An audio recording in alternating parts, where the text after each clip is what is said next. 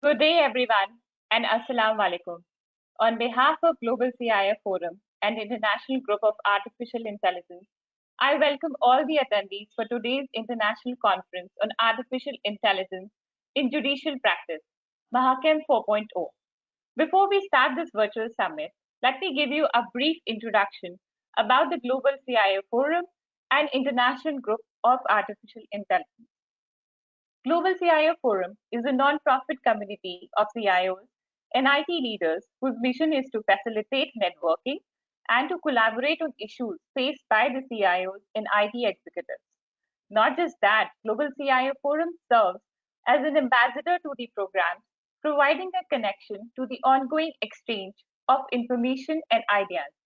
And one such instance of imparting knowledge is today's virtual summit in association with International Group of Artificial Intelligence, also referred to as IGOAI. The group focuses on adoption of artificial intelligence across various verticals where the technology has helped and where it can be used in the current and future to improve the overall process. Leading us through the virtual summit is Dr. Jasim Harji, the president of Artificial Intelligence Society. Dr. Harji is a veteran in the field of information and communications technology with over 3 decades of robust experience in implementing IT strategies to move applications, formulating vision, and change management. He is continuously conducting research in artificial intelligence and organizational change, exemplified by his publications on latest technology. Now I hand it over to Dr. Harji. Dr. Harji, please take it over. Thank you, Manali. Bismillah ar-Rahman ar-Rahim. Assalamu alaikum wa rahmatullahi wa barakatuh. مساء الخير سيداتي السادة، أحييكم في المؤتمر الدولي الأول تنظيم بحريني الذكاء الصناعي في القضاء، ما يسمى بمحاكم 4.0، مقتبس من الثورة الصناعية 4 أو الثورة الصناعية 4.0. طبعا في البداية نرحب جميع الحضور. اليوم معنا متحدثين من المملكة العربية السعودية، بلجيكا وفرنسا والهند. بس في البداية نرحب برعاية كريمة اليوم من معالي المستشار عبد الله بن حسن البوهينين، نائب رئيس القضاء، رئيس محكمة التمييز.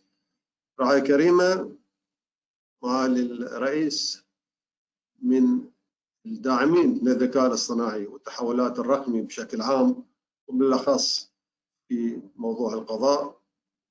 وجدنا ابتكارات وتقنيات في مجال القضاء. نترككم مع كلمة معالي الرئيس. Good morning, ladies and gentlemen.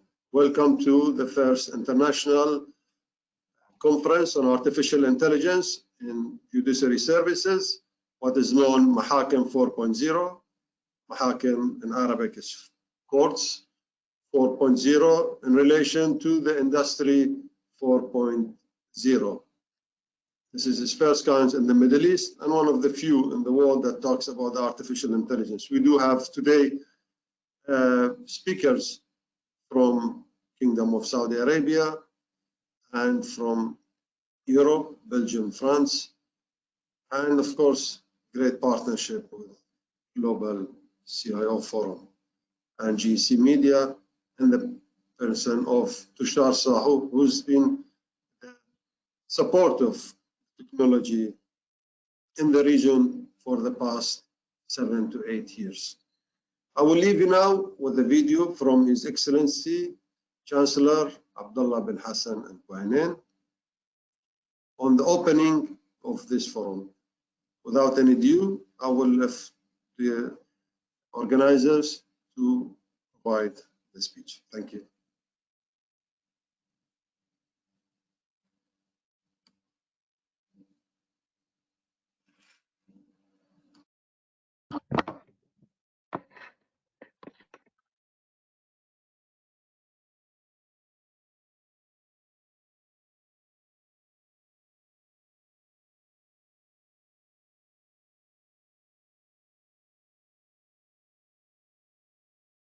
بسم الله الرحمن الرحيم. الحمد لله والصلاة والسلام على رسول الله سيدنا محمد وعلى آله وصحبه أجمعين. أصحاب السعادة، الحضور الكرام، السلام عليكم ورحمة الله وبركاته. يشرفني أن أرحب بكم اليوم في افتتاح أعمال المؤتمر الدولي الافتراضي في الذكاء الاصطناعي في القضاء محاكم 4.0 بحضور نخبة من الخبراء الدوليين والإقليميين. ويطيب لي بهذه المناسبة أن أرحب بكم جميعا وأتوجه بالشكر لمجموعة الذكاء الاصطناعي البحرينية ومؤسسة GIC ميديا الإماراتية وجامعة AMA الدولية ولكل من ساهم في الإعداد والتنظيم لهذا المؤتمر. الحضور الكرام، تتسارع وتيرة التقدم وتتبارى الأمم في ميادين التطور والتطوير بحثا عما هو أفضل لخدمة الإنسانية ولتحسين حياة الإنسان من خلال توظيف البرمجيات في جميع مناحي الحياة. فمنذ أن بدأت الأبحاث في مجال الذكاء الاصطناعي في خمسينيات وستينيات القرن الماضي فقد أسهمت بشكل تصاعدي في تجويد العمل في القطاعين العام والخاص، وازدهرت في التسعينات حتى وصلت إلى ما نراه الآن، ويشهد العالم من ثورة تكنولوجية وابتكارات ممتدة تتسع للعديد من المجالات الصناعية والصحية والتعليمية وغيرها. وما نشأت عن هذه الثورة التكنولوجية من حقوق رقمية تشمل حق الوصول إلى شبكة الإنترنت وحرية الرأي والحق في الخصوصية. وقد أصدر المشرع البحريني على الصعيد الداخلي عدة تشريعات تنظم الحقوق الرقمية والالتزامات الناشئة عنها، منها القانون رقم 60/2014 بشأن جرائم تقنية المعلومات، وقانون حماية البيانات الشخصية الصادر بالقانون رقم 30 لسنة 2018. وفي ذات العام قانون الخطابات والمعاملات الإلكترونية الصادر بالمرسوم بقانون 54 لسنة 2018 والمرسوم بقانون 55 لسنة 2018 بشأن السجلات الإلكترونية القابلة للتداول. أما على الصعيد الدولي فقد صادرت مملكة البحرين بموجب القانون رقم 2 لسنة 2017 على الاتفاقية العربية لمكافحة جرائم تقنية المعلومات. كما انضمت المملكة إلى اتفاقية الأمم المتحدة بشأن استخدام الخطابات الإلكترونية في العقود الدولية بموجب القانون رقم 1 لسنة 2020. السيدات والسادة، لم يكن المجال القضائي بمعزل عن التطورات التكنولوجية، إذ حرص النظام القضائي بمملكة البحرين على رقمنة إجراءات التقاضي أمام المحاكم وتيسيرها واختصارها، وذلك ابتداء من رفع الدعوى وقيدها وإعلان المدعى عليه عبر الوسائل الإلكترونية كرسائل البريد الإلكتروني والرسائل النصية القصيرة، مرورا بتبادل المذكرات والمستندات واطلاع الخصوم أو وكلائهم على ملف الدعوى إلكترونيا، وانتهاء بإصدار وإعلان الخصوم أو وكلائهم بالحكم فور صدوره أيضا بالوسائل الإلكترونية، والتي تكفل بإذن الله إعادة الحق إلى مستحقيه بشكل ناجز لا تأخير فيه وبقدر أقل من الجهد والتكلفة على المتقاضين، خصوصا في الإجراءات التي لا تتطلب حضور أطراف الدعوة، وذلك كله بما يضمن الحفاظ على المبادئ والضمانات التي تقوم عليها المحاكم العادلة التي أكد عليها دستور المملكة وأقرتها المواثيق الدولية. الحضور الكرام، هذا وأن الخطوات التالية المستقبلية هي امتداد التكنولوجيا الحديثة إلى إدخال الذكاء الاصطناعي في مرفق القضاء في إطار تنفيذ التوجيهات الملكية السامية لصاحب الجلالة الملك حمد بن عيسى آل خليفة عاهل البلاد المفدى حفظه الله ورعاه بشأن تبني وتوظيف تقنيات الذكاء الاصطناعي في القطاعات الخدمية ولا سيما القطاع القضائي، وبما يتماشى مع خطة التنمية المستدامة ورؤية مملكة البحرين الاقتصادية 2030 ويساهم في تعزيز مكانة المملكة إقليميا ودوليا في القطاع القضائي والعدلي.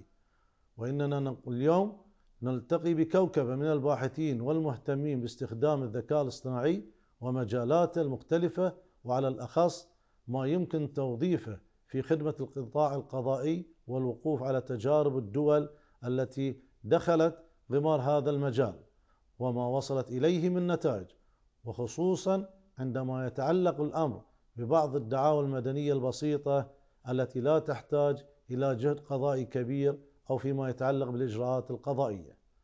والأبعد من ذلك إصدار أحكام في المطالبات الصغيرة خلال فترة زمنية بسيطة تختصر الجهد والوقت، وذلك مع مراعاة الضمانات الأساسية لحق التقاضي التي نصت عليها القوانين واستقرت في وجدان الإرث القضائي، ومنها حق الخصوم في الطعن على هذه الأحكام التلقائية أمام القاضي الطبيعي، وتنظر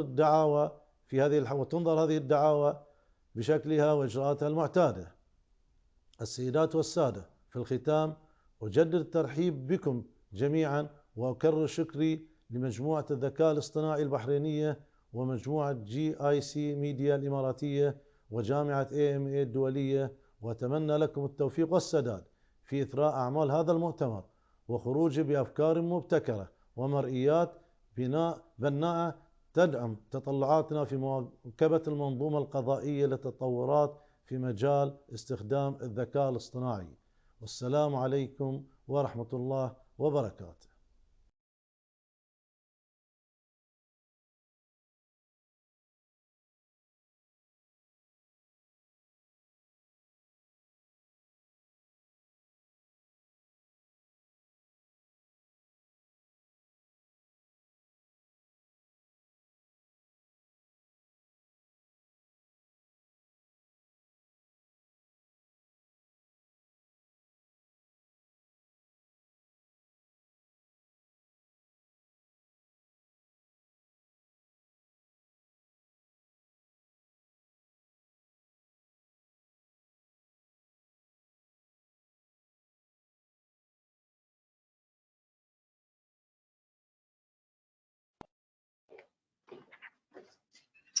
اوكي.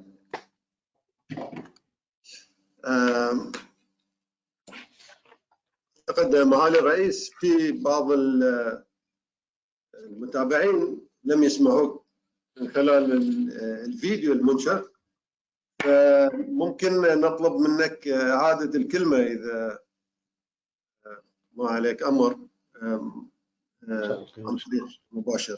Ladies and gentlemen, I believe some audiences couldn't hear it from the playing through the video, so I will ask His Excellency to directly speak if you don't mind. Thank you and sorry for the inconvenience. بسم الله الرحمن الرحيم. الحمد لله والصلاة والسلام على رسول الله سيدنا محمد وعلى آله وصحبه أجمعين. أصحاب السعادة الحضور الكرام، السلام عليكم ورحمة الله وبركاته. يشرفني نرحب بكم اليوم في افتتاح أعمال المؤتمر الدولي الافتراضي في الذكاء الاصطناعي في القضاء محاكم 4.0 بحضور نخبة من الخبراء الدوليين والإقليميين. ويطيب لي بهذه المناسبة أن أرحب بكم جميعا وأتوجه بالشكر لمجموعة الذكاء الاصطناعي البحرينية ومؤسسة GIC ميديا الإماراتية وجامعة AMA الدولية ولكل من ساهم في الإعداد والتنظيم لهذا المؤتمر. الحضور الكرام، تتسارع وتيرة التقدم وتتبارى الأمم في ميادين التطور والتطوير بحثا عن ما هو أفضل لخدمة الإنسانية ولتحسين حياة الإنسان من خلال توظيف البرمجيات في جميع مناحي الحياة. ومنذ أن بدأت الأبحاث في مجال الذكاء الاصطناعي في خمسينيات وستينيات القرن الماضي، فقد أسهمت بشكل تصاعدي في تجويد العمل في القطاعين العام والخاص، وازدهرت في التسعينات حتى وصلنا إلى ما نراه الآن، ويشهد العالم من ثورة تكنولوجية وابتكارات ممتدة تتسع للعديد من المجالات الصناعية والصحية والتعليمية وغيرها. وما نشأت عن هذه الثورة التكنولوجية من حقوق رقمية تشمل حق الوصول إلى شبكة الإنترنت وحرية الرأي والتعبير والحق الخصوصية. ولقد أصدر المشرع البحريني على الصعيد الداخلي عدة تشريعات تنظم الحقوق الرقمية والالتزامات الناشئة عنها، منها القانون رقم 60 لسنة 2014 بشأن جرائم تقنية المعلومات، وقانون حماية البيانات الشخصية الصادر بالقانون رقم 30 لسنة 2018، وفي ذات العام قانون الخطابات والمعاملات الإلكترونية الصادر بالمرسوم بقانون 54 لسنة 2018، والمرسوم بقانون 55 لسنة 2018 بشأن السجلات الإلكترونية القابلة للتداول. أما على الصعيد الدولي فقد صادقت مملكة البحرين بموجب القانون رقم 2 لسنة 2017 على الاتفاقية العربية لمكافحة جرائم تقنية المعلومات، كما انضمت المملكة إلى اتفاقية الأمم المتحدة بشأن استخدام الخطابات الإلكترونية في العقود الدولية بموجب القانون رقم 1 لسنة 2020. السيدات والسادة، لم يكن المجال القضائي بمعزل عن التطورات التكنولوجية، إذ حرص النظام القضائي بمملكة البحرين على رقمنة إجراءات التقاضي أمام المحاكم وتيسيرها واختصارها، وذلك ابتداء من رفع الدعوى وقيدها وإعلان المدة عليه عبر الوسائل الإلكترونية كرسائل البريد الإلكتروني والرسائل النصية القصيرة، مرورا بتبادل المذكرات والمستندات وإطلاع الخصوم أو وكلائهم على ملف الدعوى إلكترونيا، وانتهاء بإصدار الحكم وإعلان الخصوم أو وكلائهم به فور صدوره أيضا بالوسائل الإلكترونية، والتي تكفل بإذن الله إعادة الحق إلى مستحقيه بشكل ناجز لا تأخير فيه وبقدر أقل من الجهد والتكلفة على المتقاضين، خصوصا في الإجراءات التي لا تتطلب حضور أطراف الدعوة، وذلك كله بما يضمن الحفاظ على المبادئ والضمانات التي تقوم عليها المحاكم العادلة التي أكد عليها دستور المملكة وأقرتها المواثيق الدولية. الحضور الكرام، هذا وأن الخطوات التالية المستقبلية هي امتداد التكنولوجيا الحديثة إلى إدخال الذكاء الاصطناعي في مرفق القضاء في إطار تنفيذ التوجيهات الملكية السامية لحضرة صاحب الجلالة الملك حمد بن عيسى آل خليفة عاهل البلاد المفدى حفظه الله ورعاه، بشأن تبني وتوظيف تقنيات الذكاء الاصطناعي في القطاعات الخدمية ولا سيما القطاع القضائي، وبما يتماشى مع خطة التنمية المستدامة ورؤية مملكة البحرين الاقتصادية ورؤية مملكة البحرين الاقتصادية 2030، ويساهم في تعزيز مكانة المملكة إقليميا ودوليا في القطاع القضائي. وأننا اليوم نلتقي بكوكبة من الباحثين والمهتمين باستخدام الذكاء الاصطناعي ومجالاته المختلفة، وعلى الأخص ما يمكن توظيفه في خدمة القطاع القضائي والوقوف على تجارب الدول التي دخلت غمار هذا المجال وما وصلت إليه من نتائج، وخصوصا عندما يتعلق الأمر ببعض الدعاوى المدنية البسيطة التي لا تحتاج إلى جهد قضائي كبير، أو فيما يتعلق بالإجراءات القضائية. والأبعد من ذلك إصدار أحكام في المطالبات الصغيرة من خلال فترة زمنية بسيطة تختصر الجهد والوقت، وذلك مع مراعاة الضمانات الأساسية لحق المتقاضين التي نصت عليها القوانين واستقرت في وجدان الإرث القضائي، ومنها حق الخصوم في الطعن على الأحكام التلقائية أمام القاضي الطبيعي، وتنظر الدعاوى في هذه الحالة بشكلها واجراءاتها المعتادة.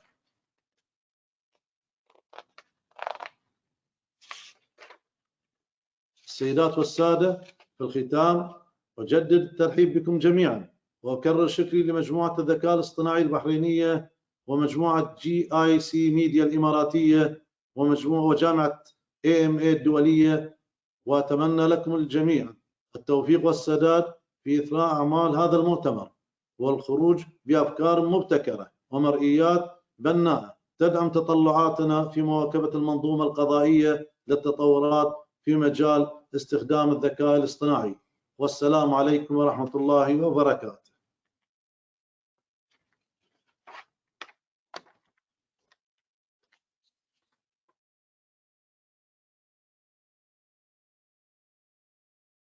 شكرا معالي الرئيس على الكلمة وعلى رعايتك للمؤتمر. تشرفنا بكلمتك ورعايتك ودعمك. شكرا. The next speaker will be Dr.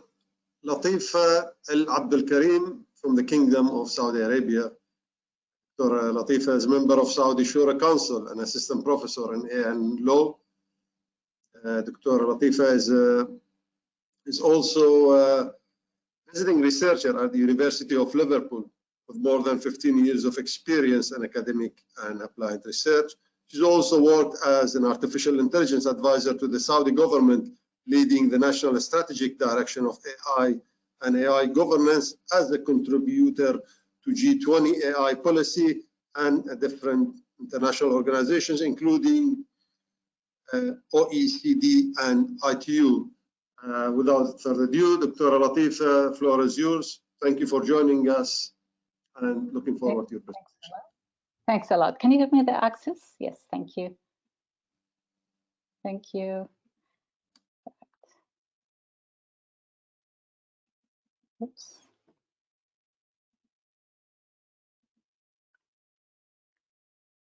Oops.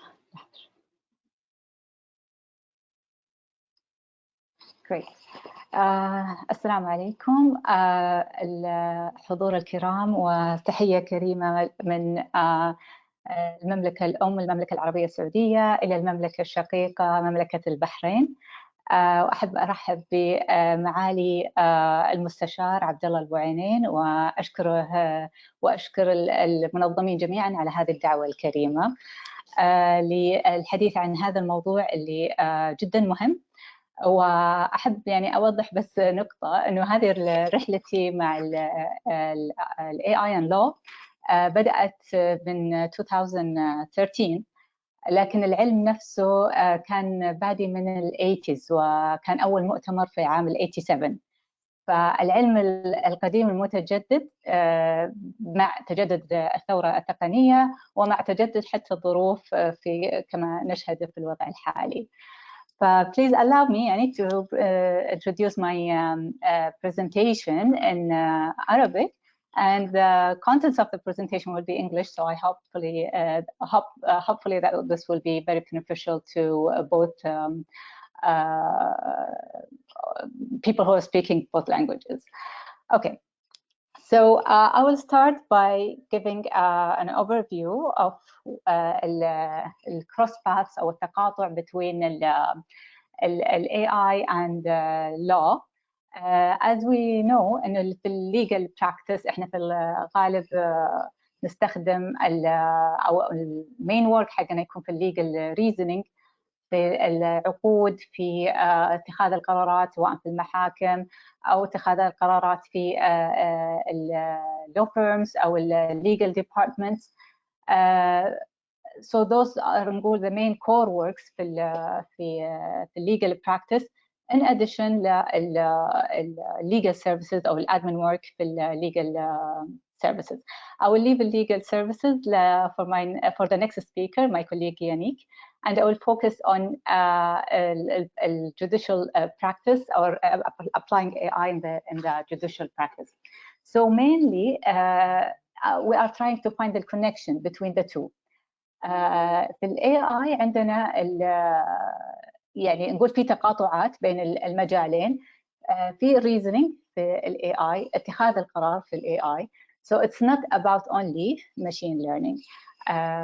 Behind the machine learning في ال AI عندنا ال natural language presentation, natural language processing, and knowledge representation and reasoning alternative لاستخدام الماشين learning أو ممكن نستخدمهم مع بعض. عندنا ال data engineering and preparation، وهذه من أهم الخطوات اللي لازم نسويها في ال documentations أو legal documentations اللي موجودة عندنا، بالإضافة إلى computer vision and speech recognition اللي ممكن نستخدمه في during الاستماع مثلا للقضايا في المحاكم، في عملية اللي كان في ريكوردينج للفيديوز في المحاكم، كمان نستخدم فيها الكمبيوتر فيجن، أو ممكن نستخدمه في الدوكيومنتس الموجودة عندنا اللي هي هاند ريتن، فممكن نقدر نستخدمها في التحويل. So this is just the beginning. I'm giving you an overview of why law is a rich test bed for a lot of AI technologies. نقدر نستخدمهم، خصوصا انه فيه في الريزنينج both are uncertain reasoning وكلهم كمان context dependent. فهذه كلها جعلت من استخدام اللو في او ال AI in law تطبيق جدا شو اقول لكم يعني مميز، انك نقدر نتحدى فيه تقنيات ال AI لانه بسبب خصوصيه sensitivity اللي موجودة في legal practice. Okay, so why law or AI and law؟ أنا أقولهم the beauty and the beast. Who's the beauty and who's the beast؟ إحنا محتاجين، خليني أقول لكم إياها في تقسيمتين. نحتاج applying AI in the legal field. نحتاج إنه نتفادى الأخطاء اللي موجودة في القضاء أو في law firms، في legal practices يعني in general. فدائما أنا أقول يعني who judges the judge, who judges the judge, who judges wrong. Also we need to improve يعني performance, time and accuracy of the work. نحتاج إنه القضاء عندنا يكون much more transparent, much more explainable للaudience بشكل عام، مش بس حتى في القضايا، حتى في policies and regulations. ممكن يفيدنا كمان بالكوربشن، بالintellectual property اللي كمان حتتطور مع التطور اللي نعيشه في اختصاصات محددة يعني في AI intellectual property، في البرايفسي of course، في السايبر كرايمز، في الكلاسيفيكيشن of the cyber crimes. طبعا يعني الأفكار يعني غير نهائية في الموضوع. كمان نحتاجه في أو نحتاج in addition to applying AI in the legal practice, we need to avoid اللي هي risks that comes from the AI in the legal field.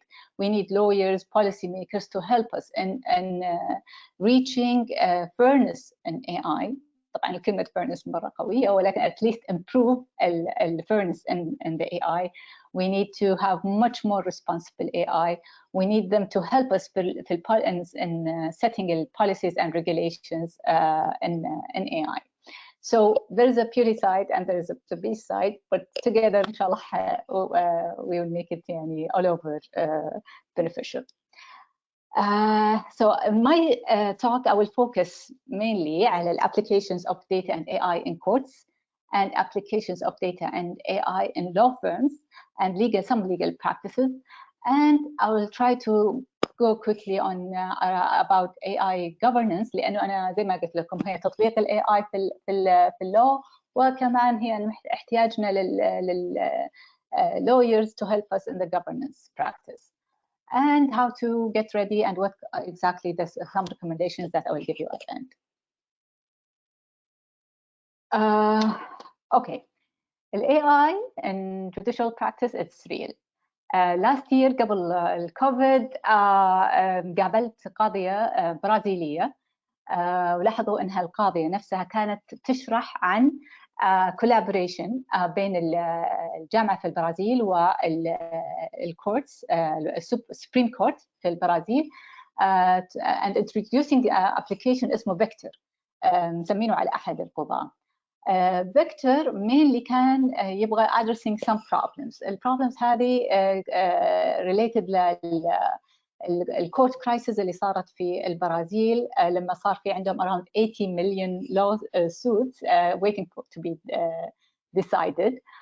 فكان في عندنا مشكلة إنه القضاء كمان يعني تعتبر البرازيل من أكثر الدول اللي تنفق يعني على القضاء وتحدد لها نسبة من الجي دي بي يعني عندهم. فقالوا إحنا نبغى نحاول إنه يكون في collaboration بيننا وبين الجامعات إنه نوصل لديسيجن. فمن بعدها وأنا لاحظت إنه كل المؤتمرات كلها تتكلم، لازم يكون فيها بعضهم يتكلم عن البرازيل الابحاث اللي قاعدين يسوونها والبايلوت فيرجنز، لان هذه التولز تستخدم الان في القضاء وليست فقط في الريسيرش. فهذا المثال اللي ابغى اعطيكم اياه واركز عليه، انها انتقلت من الريسيرش الى البراكتس. فالمين جول اوف فيكتور كان انه analyzing a huge load of appeals. يعني كان عندهم a lot of cases تبغى تنتقل من المحاكم المختلفه الى السوبريم كورت، ولكن يبغون يتاكدون بالضبط ايش هذه الكيسز اللي يعني after filtering it يعني تقدر تنتقل الى السوبريم كورت. they want to focus on the cases with the general repercussion اللي يكون لها انعكاسات يعني عامه.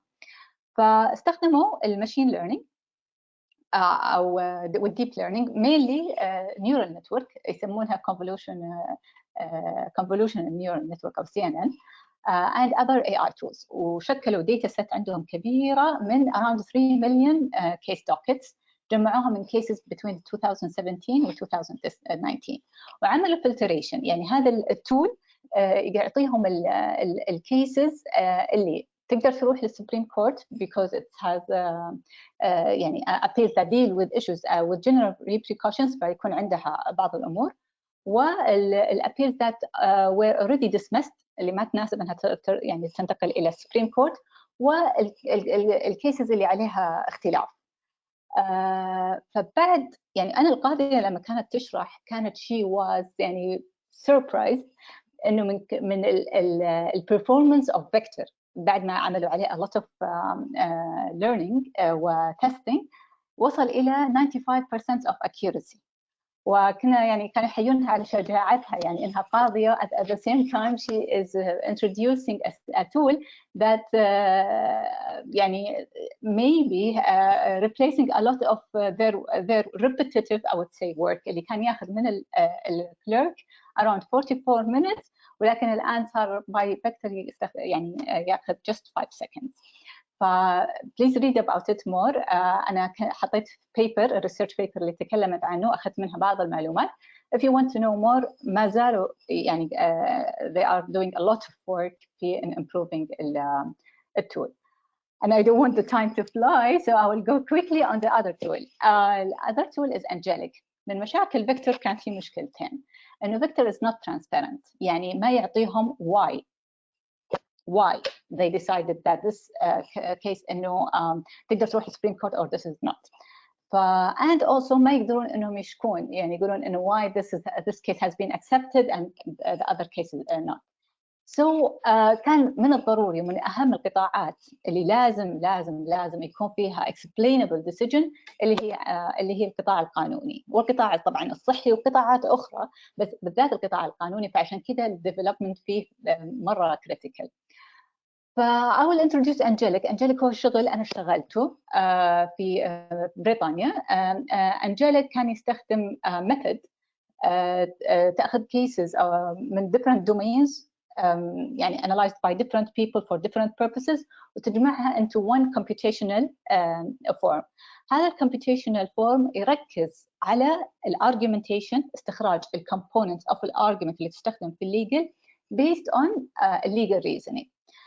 طبعا أنا هنا شرحت شوية الميثود، إنه نحلل أول شيء بالNLP نستخرج الكومبوننت argument، بعدين نحطها بشكل visualization ونحدد لها الaccept component متى when do I accept it and not، and then أعمل في program يعني generation فيحدد لي بالضبط بالديسيجن يعني إنه يأخذ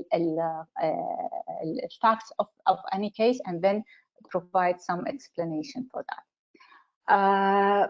يعني مثلا هنا في انتو legal reasoning انه اي انتوا اكثر تفهمون احسن مني بهذا الموضوع، انه any case starts from evidence، من الايفيدنس ناخذ منها الفاكتس اللي هي حقيقيه، بعدها نربطها بفاكتورز related to the domain of the case، وبعدها نشوف complex issues and decide الكيس. فكنا ناخذ الكيس نيم والفاكت سيت، وهذا طبعا مثال الموجود، فيطلع لي explainable decision، وبالأخير يبين لي إذا الكيس find for plaintiff or found for the defendant. طبعا هذه عشانها من certain domains so I don't want to يعني move into the details. بس this is the beauty of Angelic. هنا صار حولناه إلى software tool كيف تدخل الكيس فاكتس، تتحول إلى visualized representation، وبعدها إنه نحولها إلى نحدد الacceptance rate whether it is rejected or accepted، وبعدين ناخذ هذه الانبوت اللي في التيبلز ونحولها إلى يعني ناخذها as input وتتحولنا إلى verdict, explainable verdict. China, I'll give you another example from China. China is doing great work as well. كانت عندهم مشاكل and one of my colleagues في Oxford هي تشتغل في جامعة في China and she's working in collaboration with Oxford University. حكت لنا عن ال AI judge in Beijing. ال AI judge كان mainly for solving the problems اللي هي موجودة في China. عندهم 28 مليون كيس per year وعندهم limitation في الجادجز، فكان عملوا ال AI judge والChinese it seems انه يحبون هذه ال kind of representations مستخدمين technologies يعني of speech and image، يستخدم كassistant. behind the scene عندك الجudge نفسه قاعد يراقب الموضوع فيصلح السيستم، فهنا تغير الرول of الجudge، بدل ما يكون هو المين صار هو الاسيستنت for the system based on data يعني مستخرجة من real judges cases من الأول. فهذه ساعدت كثير في ال repetitive tasks اللي كانت تستخدم، فخلوا صار الجدج يعني يركز على ال much more critical cases يعني. هذا فيما يتعلق بتشاينا. عندنا I just don't want to finish this practice without talking about Saudi preparation. وما شاء الله سمعنا عن البحرين في الكلمة الافتتاحية، ف I'm so proud يعني أنه region is moving on. فسعودي ناجز يعني عندنا a lot of services يعني بسعودي ناجز الآن كل المملكة تتكلم عنه بخصوص أنها الأمور اللي لها علاقة بالأحوال الشخصية، الوكالات، الزواج، العقارات، يعني a lot of services يعني legal services موجودة على ناجز. هذه كلها الفائدة منها الآن أنه في الأول إحنا بنسوي الانجينيرينج ونحدد السيرفيسز ونعرف بالضبط الداتا اللي نحتاجها. التقاضي الإلكتروني وخطواته حيبين لنا كمان الداتا اللي نحتاجها. هذه كلها حتساعدنا into improving and moving on في النكست ستيب إلى ال AI. كمان عندنا في المملكة خطوة كانت رائعة يعني ذكرها في قبل شهر تقريبا سمو سيدي ولي العهد، اللي هي تقنين القضاء. كانت عندنا مشكلة أنه صعب نقدر نستخدم ال AI، هو القضاء معتمد على القضاء، فوجود تقنين الأربع أنظمة الأساسية اللي كانت تحتاج إلى تقنين، هذه الآن باستخدام الرولز اللي حتطلع منها حنقدر إنه ننتقل إلى ال AI بطريقة أسهل من كانت الصعوبة اللي كنا نواجهها في محاولة تطبيق ال AI في المرحلة السابقة. هذا فيما يتعلق في ال AI in Judicial Practice. أنا أبغى كمان أذكر لكم بعض ال real cases of AI in law firms. كنت أنا يعني اشتغلنا عليها باستخدام نفس التول اللي ذكرت لكم إياه اللي هي الأنجليك ميثودولوجي. كانت مع law firm في بريطانيا اسمها ويتمنز. مما يميز ويتمنز انها استخدمت نفس الميثودولوجي، ولكن بدل ما تكون في القضاء استخدمتها لخدمتها في اللو فيرم عشان تعمل تحليل للقضايا وتستخرج بالضبط الكومبوننت اللي يقدر المحامي يستخدمها في الديفنسينج. فقبل ما يقبلون اي قضيه كانت الفكره انهم يشوفون اذا كان القضيه ورث انهم ياخذونها او لا. استخدمناها مع شركه ثانيه اسمها كيرا ممتازه في ال NLP او الاناليسيس اوف الدوكيومنتس، بحيث انها تطلع لي الكلوزز اللي انا ابغاها واشرح لكم اياها يعني بعد قليل. ويتمنز اللي هي يميزها والسمثينج اللي انا او يعني ابغى اللو فيرمز عندنا تنتبه لها. نعم دكتور لطيف 3 minutes remaining 3 minutes صح؟ so I will jump quickly. بس كنت بقول لكم عن انه ويتمنز هي مما يميزها عمليه انهم عندهم department for research and innovation، وكانوا سبق انهم مشتغلين في هذا الموضوع، يعطونا وقت كبير ومع انهم محامين وشركه كبيره ومن اهم الشركات اللو فيرمز اللي موجوده. فاهم نقطه يعني بعطيها للعالم يعني او الريجن عندنا انه give time to research and innovation. في الليجل براكتس، لأن هذه الانتقالات اللي انتقلتها الدول الأخرى ما جت من فراغ، كلها جت بخطوات gradually to move on from step 1 to step 10. So هذه الأهم النقاط اللي أنا بعطيكم إياها. كيرا كانت هنا تحكي عن الكونتراكت وكيف يعملون analysis للكلوزز أو الكونتراكت، فهذا مرة لخص الوقت على وكيف يعملون contract summary and so on. I will skip this, but Newton is also a good one. عندنا more applications of AI in legal services، يعني بخليكم تطلعون عليها بشكل سريع، ولكن أنا ما أقدر شوية عشان الوقت، فبنتقل لل AI governance. في ال AI governance إحنا نحتاج again lawyers and policy makers to help us في deciding أو في يعني دراسة البوليسيز اللي إحنا نحتاجها في ال AI and law. كخطوة أولى طبعاً نبدأ في الديتا governance، وأنا سعيدة اللي سمعتوا عن البحرين أنها عندها already بدأت بخطوات السياسات المتعلقة بالبيانات، ونتأكد من شمولية هذه السياسات وهل هي بدأت الحوكمة فيها بالقطاعات المختلفة. فهذا من الخطوات اللي الإمارات والسعودية وأكيد البحرين كمان كانت شغالين عليها. بعدها احنا نشتغل على ethical principles and standards. فالآن في hundreds of documents I will show it to you تتعلق بالethical side of the AI أو humanity of the AI or AI for humanity or beneficial AI or to help for good human and so on. والstandards المطلوبة and how to move from ethical principles into policies and legislations and AI governance يعني in general. بعض البراكتسز هي استخدام البوليسي لابس to know، لأنه من الصعوبة في ال AI إننا نحدد بالضبط إيش نحتاج، لأنها يعني development phase very rapid, so we have to know how to be agile in the governance and flexible. So there are hundreds of reports في ال AI governance and ethical AI. أهم الشغل اللي أنا قاعدة أشتغلته مع اليونسكو، طلعت تقرير recommendations of ال AI، والورد ايكونوميك فورم كمان عندهم ال AI toolkit ونشتغل معهم على AI toolkit for C-suite وال pathways to digital justice. يعني a lot of يعني صراحة projects يعني amazing projects. ال OECD طبعا أشهر اللي هم ال IEEE في الدول كلها صارت تعمل centers for human and AI and or ethical data and so حتشوفون كمان في government reports كثيرة في الموضوع. يعني just before giving the last recommendations, this is how I'm looking at the governance side. في عندنا we need to spend a lot of time على ال awareness, ال upskilling and reskilling for employees, publishing toolkits and guidelines for deploying an AI or investing in AI. احنا في الريجن مرة نحب الانفستمنت يعني or focusing on the investment and the purchasing. So we need to understand before buying any tool if it fits to our culture and our needs.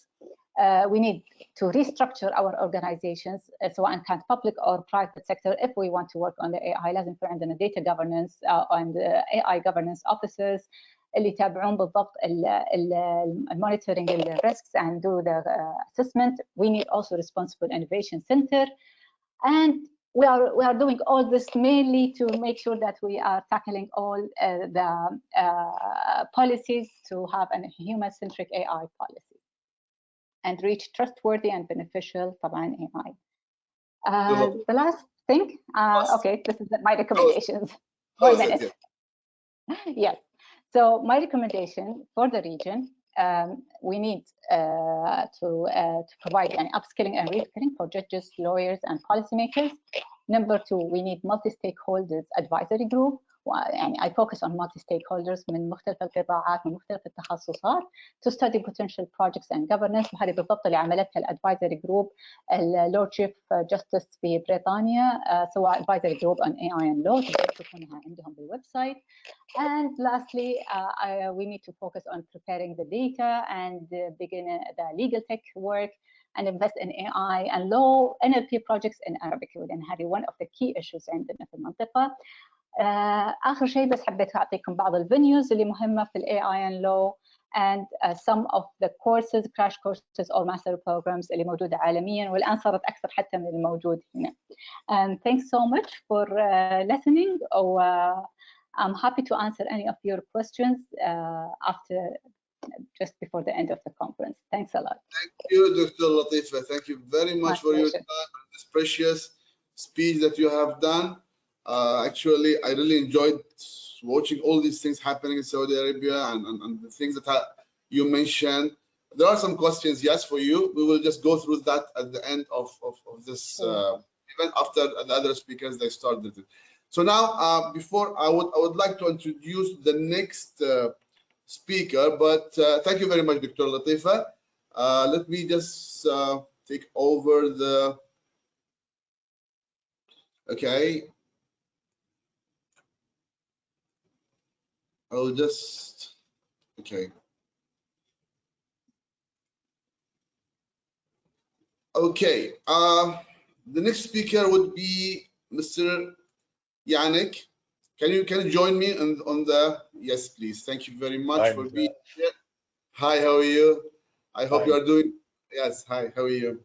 Of course, Mr. Yannick Minister, he's expert to the Ethics and AI Observatory of the Civis Institute.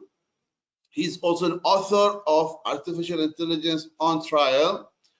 Yannick is a French judge, seconded to an international organization. He is an associate researcher at the IHEJ Institute of Higher Studies on Justice in France. Besides, Yannick is the producer and co-host of the podcast. I translated Yannick, so excuse me for that. Electric Times on Amicus Review. Yeah, committed to the responsible development of digital technologies. Want to contribute to the production of knowledge on the legal framework for future technologies. But before you start, Yannick, I'll give you the presenter. You can prepare your presentation until I just where is just your name? Okay, this is Yannick. But before you, where's the presenter? Make a presenter. Take over. It's yours now. Yes, I think. Okay, I will just show my screen and share my slides. Okay. Please do that.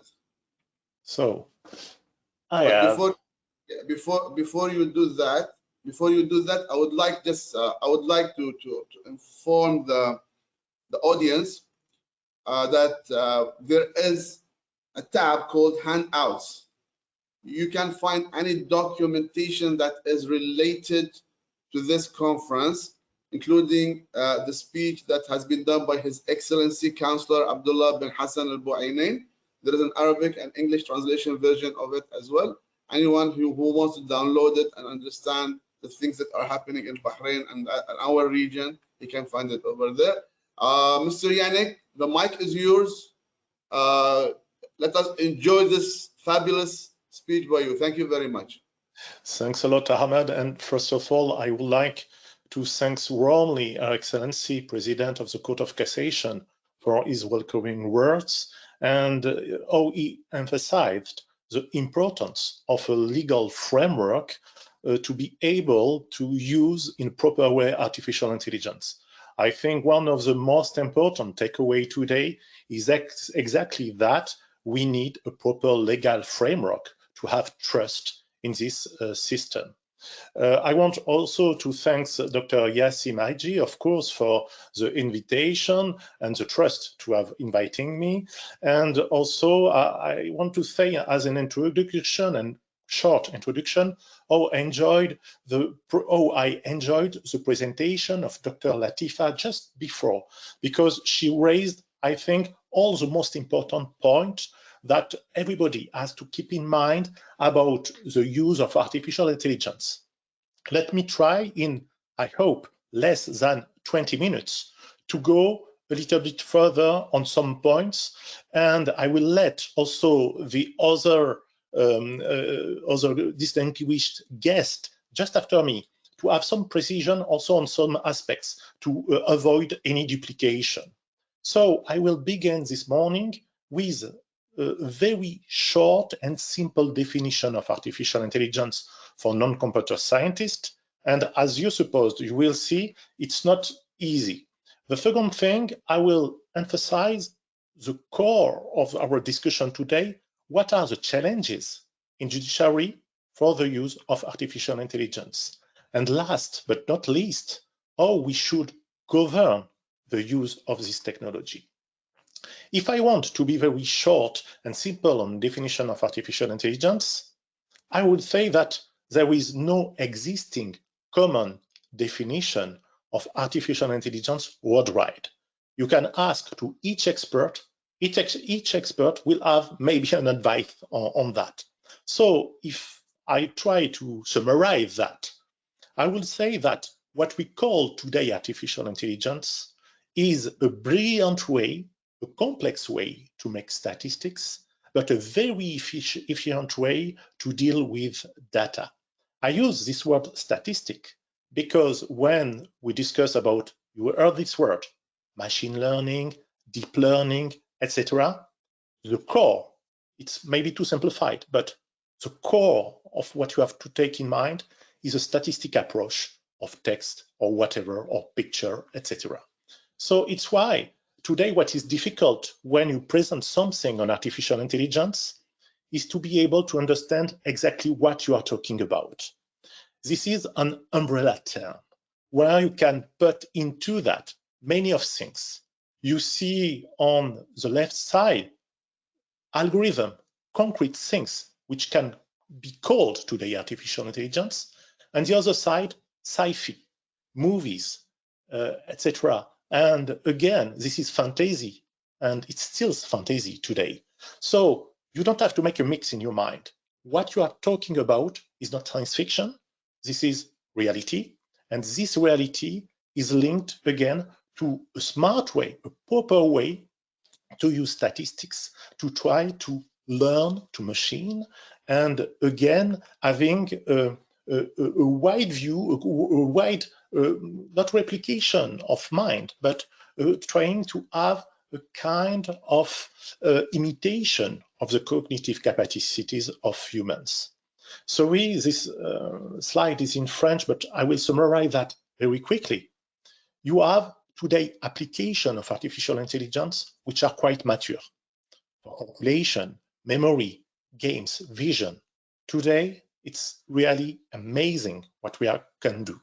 But for other things, for cars, for instance, for legal reasoning also, it's a little bit mixed. There is huge capacities. It's clear. All scientific documentation goes through that. But there is some application which are not yet mature, and other, what we call artificial general intelligence, does not exist, meaning the replication of human brain by a computer. So if I want to sum up, we are talking about software and algorithm with a certain level of autonomy, because these statistics can play again and collect data to change their behavior. And this is automated systems that can take decision on their own or assist human to take this decision. So what are the concrete challenges in judiciary? And again, Dr. Latifa raised a lot about that. So I won't be long. I try to make a kind of list of concrete application. You see already some. I can add advanced search engines to rephrase that, a kind of Google with case law, for instance. So that there is more and more new search engines and more advanced search engines, which are really amazing. Automatic writing of contracts, legal discovery. I want to emphasize here the difference between common law system and continental law system. This kind of legal discovery tool is more spread in common law system.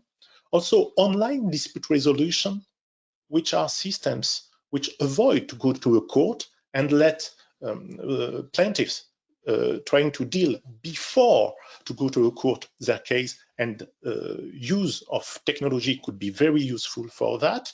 And then you have application in the fields of fighting crime. evaluation of risk of reoffending, forecast of crime. I will discuss a little bit of that just later. And two different approaches, what we call data-driven law.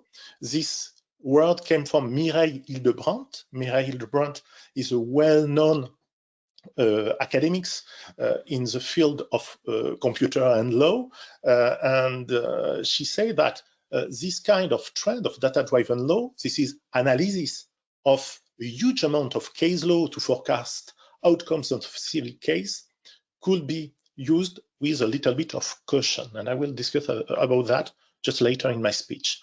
And to conclude, code-driven law, this is automated contracts. You have heard about blockchains, I'm sure. This is a way also to be able not to enforce contracts as in real life, but based on a computer. And this is one already of my conclusion. We forgot very often that the use of such statistic approach could be very useful for administration of justice, meaning how you allocate resources, human resources, where you put money. Oh, if you have a new law, for instance, what will be the impact or possible impact on the court? We forget very often this field, but in my opinion, this is the most progressing field for the use of such system to manage resources. Opportunities with AI are a lot. And you will see, I will focus then on some issues or challenges, not because I want to be negative, but if it's obvious there is opportunities, accuracy, adaptability, efficiency, foresight, effectiveness, but I don't want to be too long of that because it's quite obvious that we have a bright side of artificial intelligence. But on the other side, we have also, and it's well documented, a risk of bias and discrimination.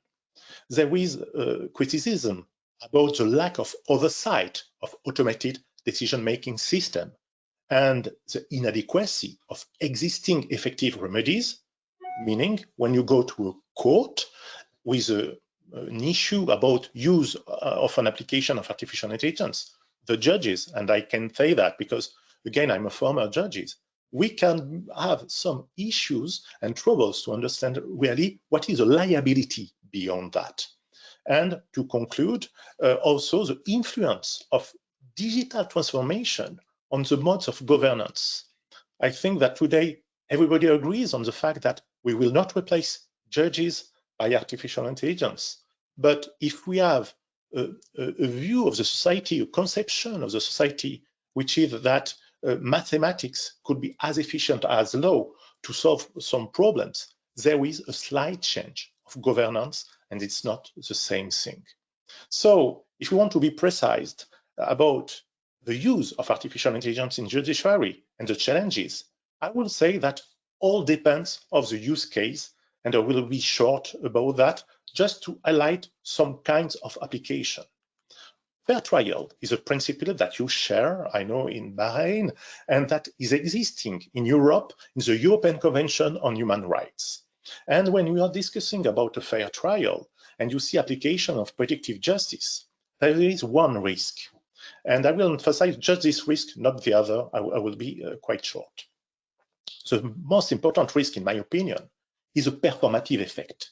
Meaning, if you have a computer, an algorithm, that give you as an advice to choose this option instead of this option. The trend that we all have, this is a cognitive bias, is to trust more the machine sometimes than our experience. Let's have a look when you use your GPS in your car. Mainly, you try to trust your computer more than you sometimes. So, and you see that you can go to sometimes some strange path to go to your destination. It's the same thing with computers and this kind of tools that try to forecast the case. Even if you are an experienced judge, you have to take care about the recommendation and use your experience first. I go and I want to precise a positive aspect of use of artificial intelligence, and this is the use for legal discovery. I mentioned that already. It's more present in common law system. and the European Court of Human Rights said that there is no violation of use of such system by a prosecution service for legal discovery if there is a certain number of guarantees. So you see, we have in mind that sometimes judiciary is resisting against artificial intelligence. Excuse me. You see that in Iceland, for instance, the use of artificial intelligence is already a reality for some complex cases. Sorry, I go quite quickly because I want to emphasize also the risk of discrimination that is clearly documented now in academics. And this is mainly for one tool, but I know that Gael will emphasize that tool. This tool is called Compass in the United States. This is a statistical tool which aims to see if we can forecast the commission of a crime with individuals. And what the searchers say about that is that due to the fact that society in the United States is already biased, then the data are also biased. And you reinforce this discrimination because the system gives a scoring of risk of reoffending more important to population that are Afro-American, meaning if you have black people, your score will be automatically more important than white people. And I'm not sure that we can admit in our modern society such discrimination. We should use artificial intelligence and statistics to better understand our bias instead of replicate them. So if I want to sum up about the challenges raised by AI in judiciary, I will say that law is not entirely computable. Just think about the philosopher called Herbert Hart, which say that, in fact, law is an open texture. The open texture of law from Hart say that you cannot computerize that because it's a mix of text. This is not a pure hierarchy of logic or text. And you should make a difference between administrative decisions, which are quite logic, and which are just yes, no, or etc. This is purely logic, and judicial decision, where your thinking, your thought, your understanding of the complexity of law and the situation is at stake. So again, I think that we have to choose if we want to have a rule of law, of rule of mathematics and statistics, and this is two different societies. And to conclude on that, the risk of lack of transparency. Dr. Latifa said that you can use neural networks, for instance, to train machine, but the huge issue with these neural networks is that you cannot explain how they work. And in judiciary, we are trained to explain our decision. This is the core of our work. So if you have a computer that is not able to fully explain what it's doing, for me, this is an issue, an important issue. To conclude, how to mitigate these challenges and risks, it's clear we need to govern artificial intelligence and not let artificial intelligence govern us. For that, there is this approach by ethical frameworks or soft law, and you can see on the screen a kind of huge database that I was working on that for the Council of Europe. It's already online. This is a data collection of more than 400 texts on artificial intelligence from all the world, and we see that there is a huge peak of publication of that kind of documentation in 2018. It came from that. 5 minutes to go. Ahmed. Sorry, 5 minutes to go. Loud and clear. Thanks a lot, Ahmed. All right, so there is mainly from national authorities, international organization. It comes from that. And the conclusion, and I will jump immediately to the conclusion that I take from this article from Nature Machine Intelligence from Anna Yobin and Marcelo Yenka, they say that it's great to have all this ethics. And again, it means that we care about what we are doing. But this ethics is weak because there is not the same understanding between the principle when you are discussing about transparency. It's not the same thing from Microsoft than from civil society or us as judge or judiciary. There is no enforcement, meaning if you infringe an ethical principle, what happened? Nothing. And to conclude, and for me it's more important, this production of ethics, there is an overrepresentation of Western countries, meaning that there is a huge bias into that, and I'm not sure that the ethical principles from the point of view of Europe, United States, France, or whatever, is perfectly the same than with Middle East or other country. So to conclude, there is a huge work now in Europe and at the level of European Union to try to frame binding legal frameworks on artificial intelligence. I will share my slides afterwards, just for you to see exactly all the things which are going on. But you have in Europe another organization that is less known, but which is very important. This is the Council of Europe with 47 member states that promotes human rights, democracy, and the rule of law.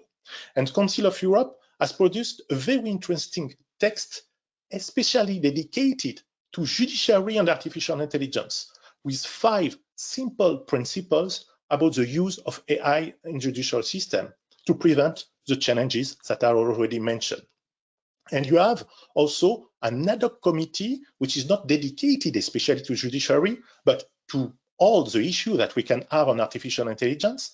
This is an intergovernmental committee with 47 member states, and CAI is currently examining a potential binding legal framework on artificial intelligence to be sure that this development will not infringe basic human rights. So what are my takeaways and conclusion? My conclusion is quite simple. The most amazing AI applications, and you see that there is a lot of promise in that domain, are not always the most effective in the long term, especially in judiciary. There is powerful legal discovery tool, I mentioned that. I think that administration of justice could and should benefit of more automation, but we have to take care of it with decision making. There is a clear mathematical inference and it's not low. And the second thing, citizen, everybody needs trust. And I think that the certification of AI system for certain cases could be very interesting. We have to go beyond ethics. And I think that global regulation is needed and it will serve everybody. Dr. Latifa said about multi-stakeholder approach. This is a more effective way to do things, to be sure that states, business, and citizens, everybody find interest into that. So the use of AI in the field of justice, of course, offers promising aspects for, in my opinion, administration of justice or legal discovery for complex cases. But the implementation of any application should be able to take place within a trusted legal framework, certifying the proper functioning of the system before any implementation. So I just finished with my slide and I will be happy to answer to your question after the presentation of my colleagues. Thanks a lot. Thank you, Yannick. Thank you very much for your time. Beneficial speech and all useful information. I believe that everybody got benefit of such information that you have just provided to us. Thank you very much, Yannick. We'll go for the next speaker now. Let me just the presenter and show my screen, and we will go for, okay, Gael, you with me? Just let me share your screen because, okay. So Gael, let me introduce Gael before. Yes, hi, how are you, Gael? Attorney Gael, he's with us. Thank you for introducing me. Thank you very much. Gael, he's a very smart, handsome attorney. He joined us. He's an attorney in blockchain and technologies, and he is an AI and cryptocurrencies. Ask him about cryptocurrencies. Bitcoin is jumping up and it's taking up to 60,000. Yeah, for sure. Gael, he's an attorney based in Brussels. He's Kingdom of Belgium. He practices as an international lawyer specializing in blockchain, AI, and cryptocurrencies. He is also in business law, international investment, mediation, real estate, and criminal law. Last year, he co-founded the international platform for blockchainers.com, a forum dedicated to the field of blockchain, DV, and AI. I would like to welcome Gael on the platform, and everything is yours, my friend. Take over. I'll just give you the I just connect my PowerPoint. Yes, it's yours now. You can just take over. Thank you. Thank you very much, Ahmed. Okay, I think everything is working.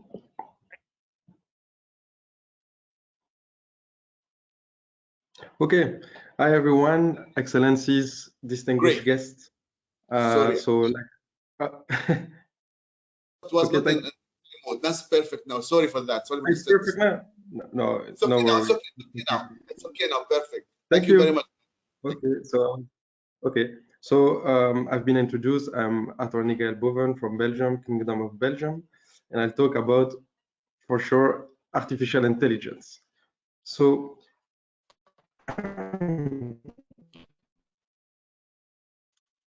let's start with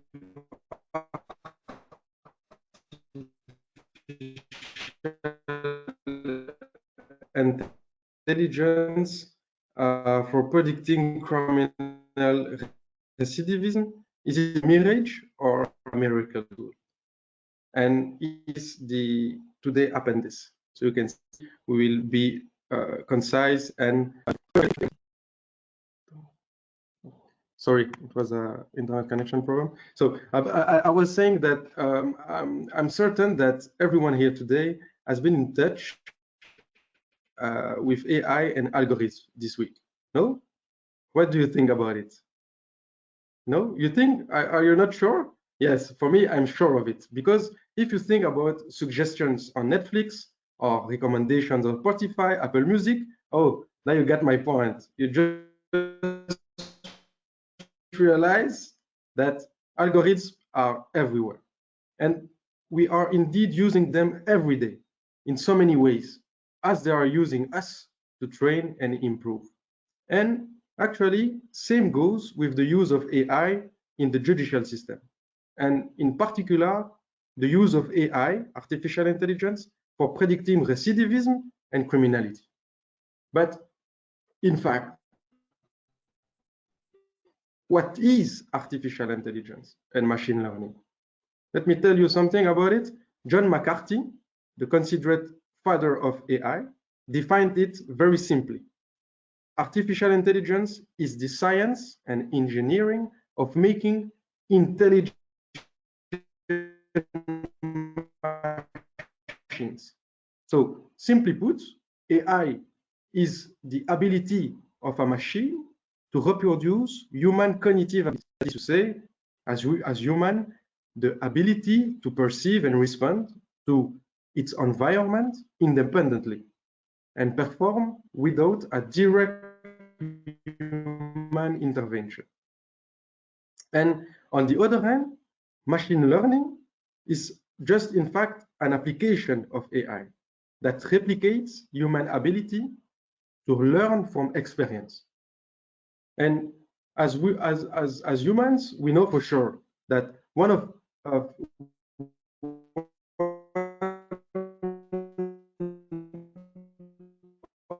us biggest face, you have a one problem of the biggest advantage of our human intelligence is indeed this ability to learn from experience. Gael, you have a problem in your connection. Wait.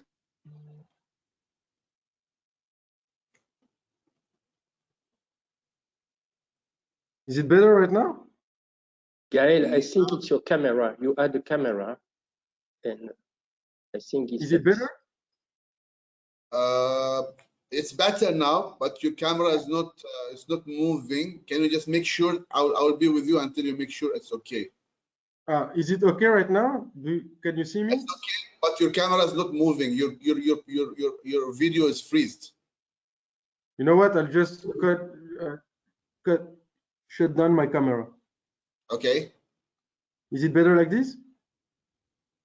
Not really. You are not moving. Actually, your camera is not moving. You're just freezed on the camera. Although your voice is coming. Off my camera.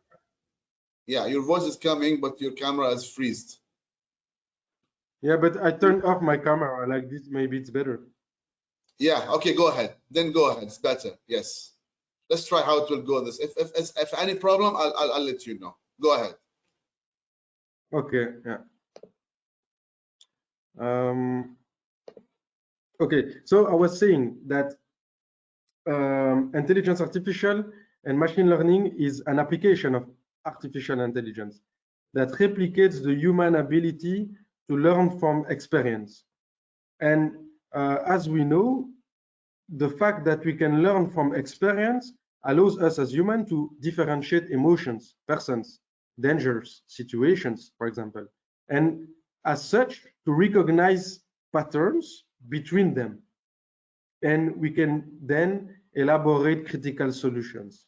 So that's a great advantage of humans. Actually, that's what differentiates us from animals. And AI tools are exactly built on this premise, with the ultimate goal of surpassing us one day, helping us achieving more with less. And today, we would like to present the use of artificial intelligence in the particular field of criminal recidivism. To do that, we will just make sure that everyone understands what is recidivism. Criminal recidivism is just when a released criminal goes back to crime. And usually, when it happens, that creates a negative feeling in public opinion and decreases trust in our judicial system. And given the important stakes involved, like future crimes, people freedom, or incarceration, or prison population as well, and for sure the confidence in the justice system as a whole, more and more countries worldwide have decided to use predictive AI tools to enhance the efficiency of their judicial system. And the logic behind is quite clear. Artificial intelligence tools allows us to take more accurate predictions on criminal matters. That allows a better allocation of judiciary resources, which leads in turn to a more efficient judicial system and to an increase of the general public confidence in the justice system.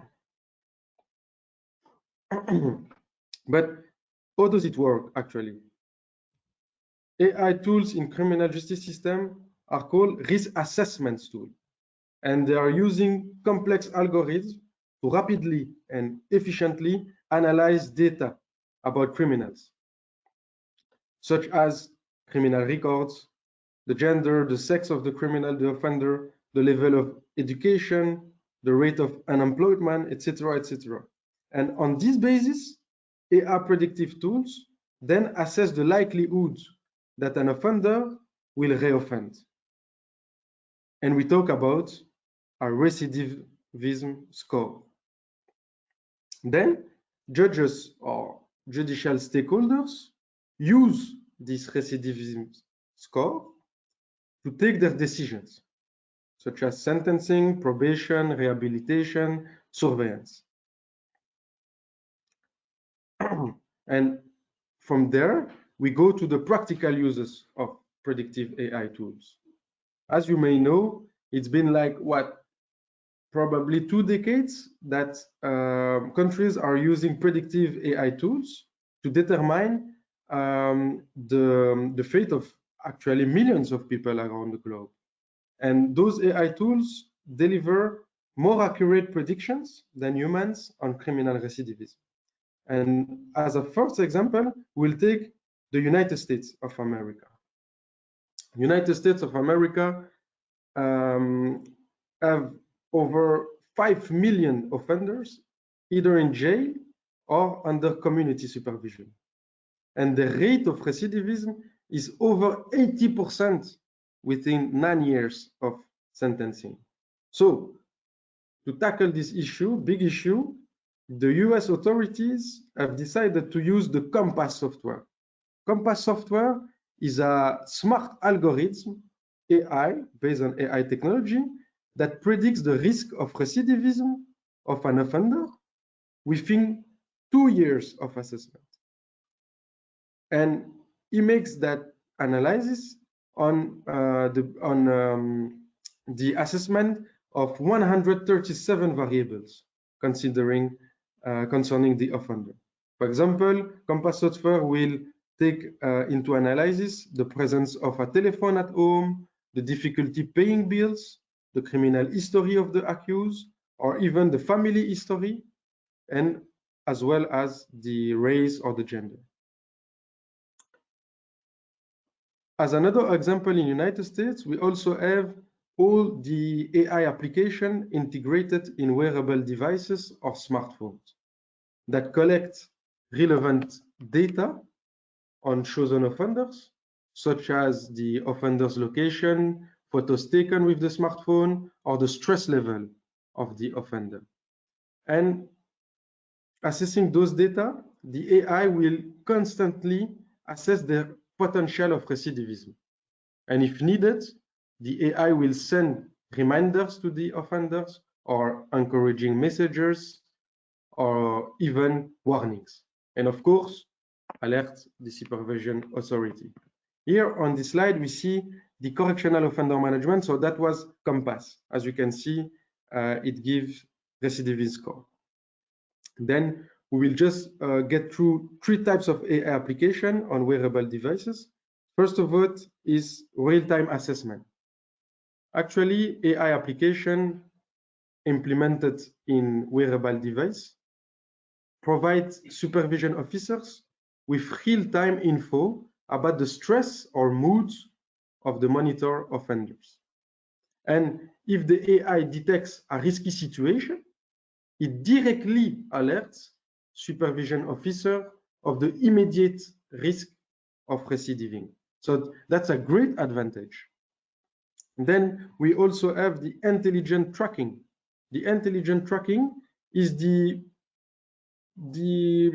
performance of our AI application that will ameliorate the potential of GPS. That is to say, geographical positioning systems like ankle bracelets on the offender to identify risky locations where the criminal are at risk of reoffending.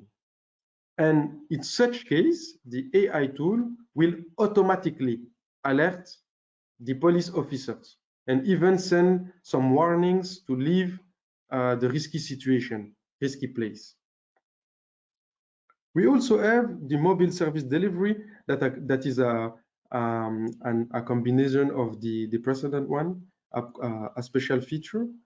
That is to say, you can just imagine that based on all the data that the AI is analyzing, it receives from the criminal some information, and then on the basis of this information, the AI tool can autonomously take the decision to send positive message or even pro-social recommendations to the offenders to prevent the recidivism. So that's also another great advantage of these disruptive technologies. Now we will go through the AI predictive tool in United Kingdom. It is called HART, for, like you can see on the slide, Harm Assessment Risk Tool. HART has been developed in partnership with Cambridge University, like almost 10 years ago already. How does HART function? HART has learned from decisions made by Durham Police from 2008 to 2012 to predict the risk, low, medium, or high, based on around 30 relevant factors that suspect will reoffend. And to be straight, HART results were just brilliant. The predictive AI tool successfully predicted low-risk recidivism with an accuracy of 98%. And the software also predict high risk of recidivism with 88% of accuracy. So from the British point of view, ART is just wonderful. It's a wonderful tool. And ART has been created with the sole purpose of serving as an advisory for the judge. So the judge has still the potential to take his decision based on recommendation of ART, but also on other factors. And that we think, in the conclusion, we will explain why we think it's the best way at the moment. Our third example will be United Arab Emirates. I think you all know here that United Arab Emirates are the regional leader in the utilization of AI in the justice sector. And just recently, launching their Justice Intelligence project, Abu Dhabi Judicial Department has authorized judges to use the help of AI in sentencing or acquitting criminals. They are considering simply that AI is of a great help in reducing the time to study available evidence, for example, and arrive at a fair decision. So in UAE, we also have the law enforcement, like in Dubai Police, that are investing considerable resources to develop the artificial intelligence, for example, for predicting crime or traffic congestion, as well as accidents. They simply acknowledge that AI efficiency is boosting their security.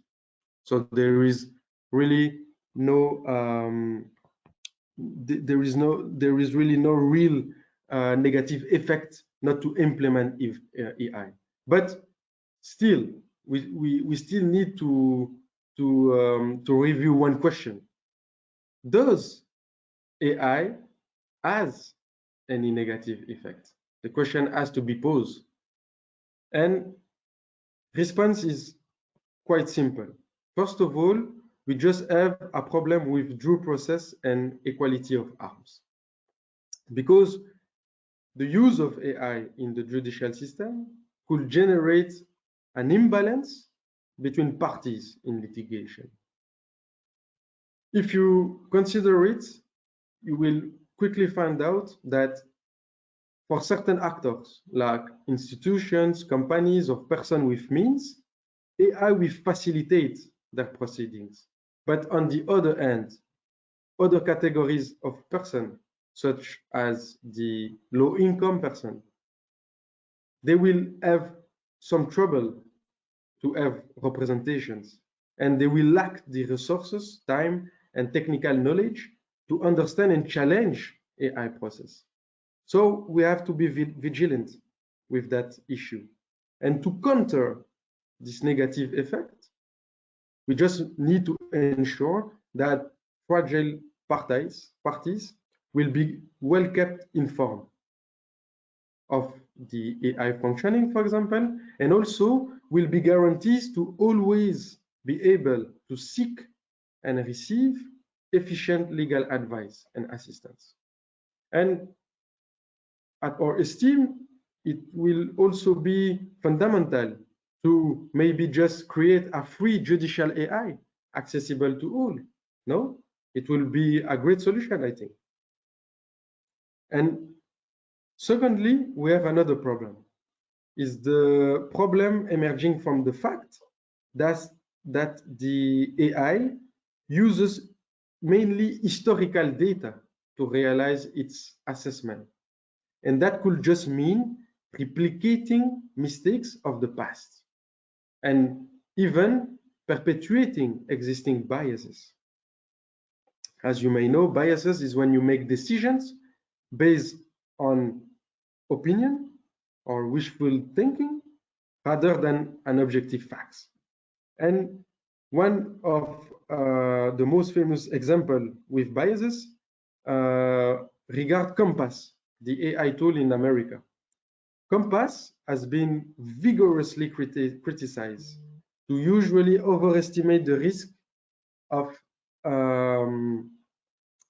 criminal recidivism, and particularly over Black people, because Compass has almost always overestimated the risk of recidivism for Black people and underestimated this risk for whites.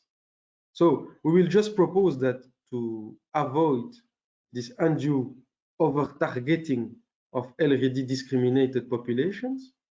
So as we know, low-income persons or minority communities, experts who create the artificial intelligence tools must just ensure that they pick fair and relevant variables on which the predictive AI tool will assess the recidivism score.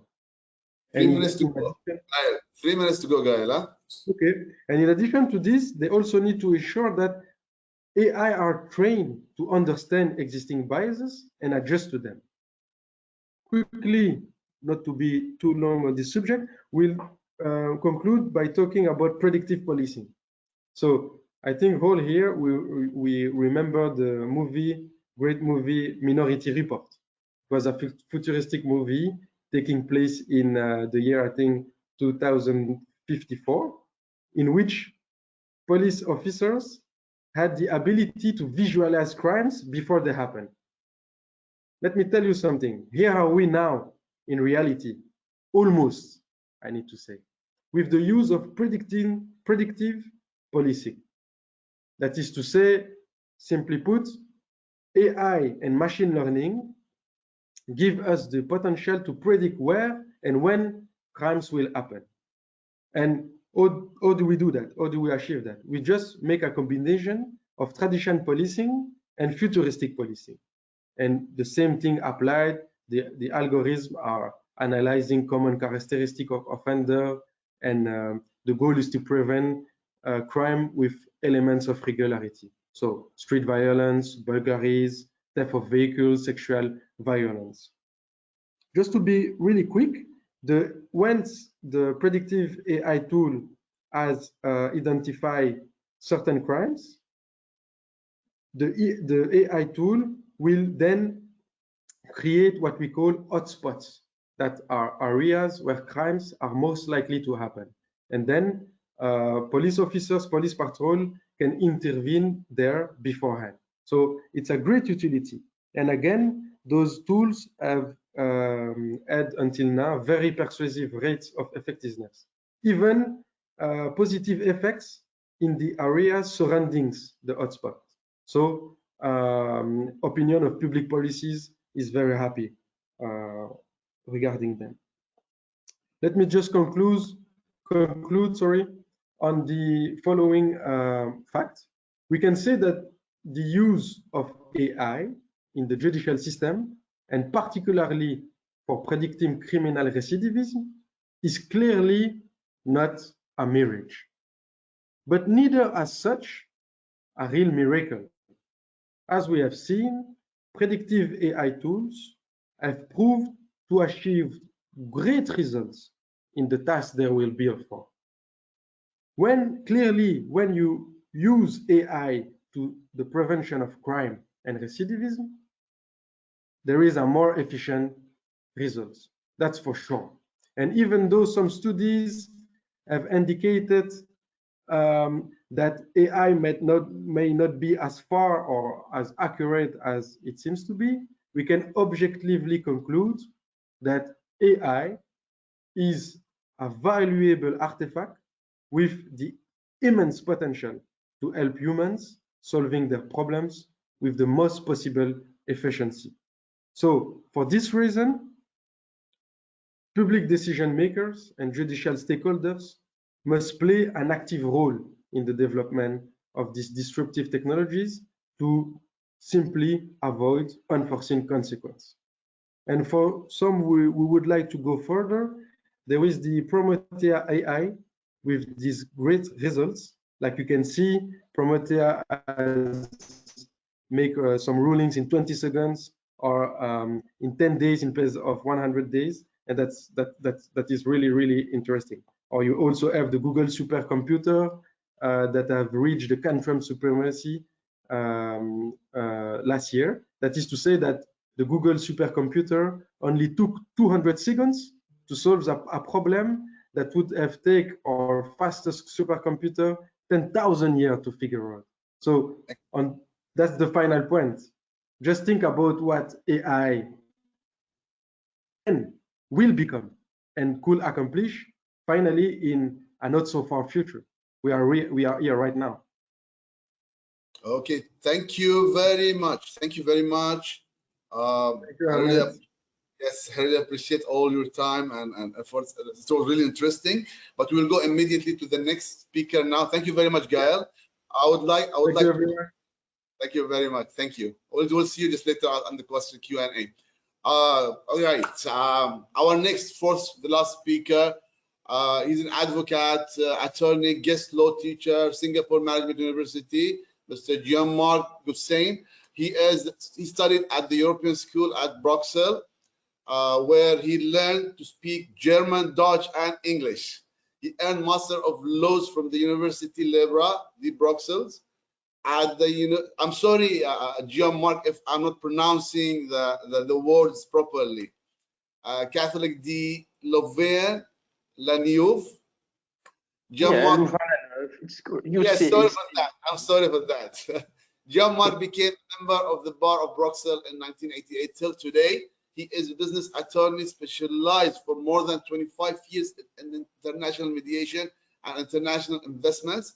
He published numerous articles and studies on international financial and fiscal subjects. He is progressive and renowned AI and blockchain technology lawyer.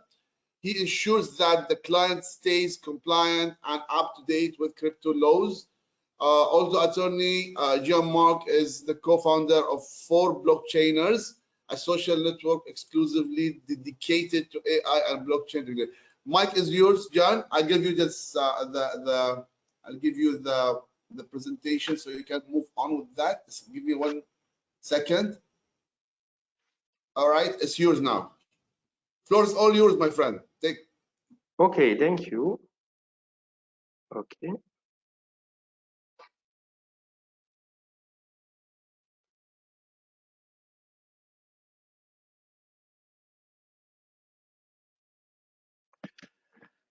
Okay, thank you. So do judges need to be human? So I will try today to answer this question, this very important question. So firstly, what is artificial intelligence? So artificial intelligence is the theory and development of computer systems able to perform tasks that normally require human intelligence. But if you Google artificial intelligence, you will find a lot of pictures and a lot of definitions, like Yannick explained already today. So why did I choose for this picture that you can see now, and why did I choose for this definition? I can't fully explain it. In fact, it's the result of conscious and unconscious processes of my human mind.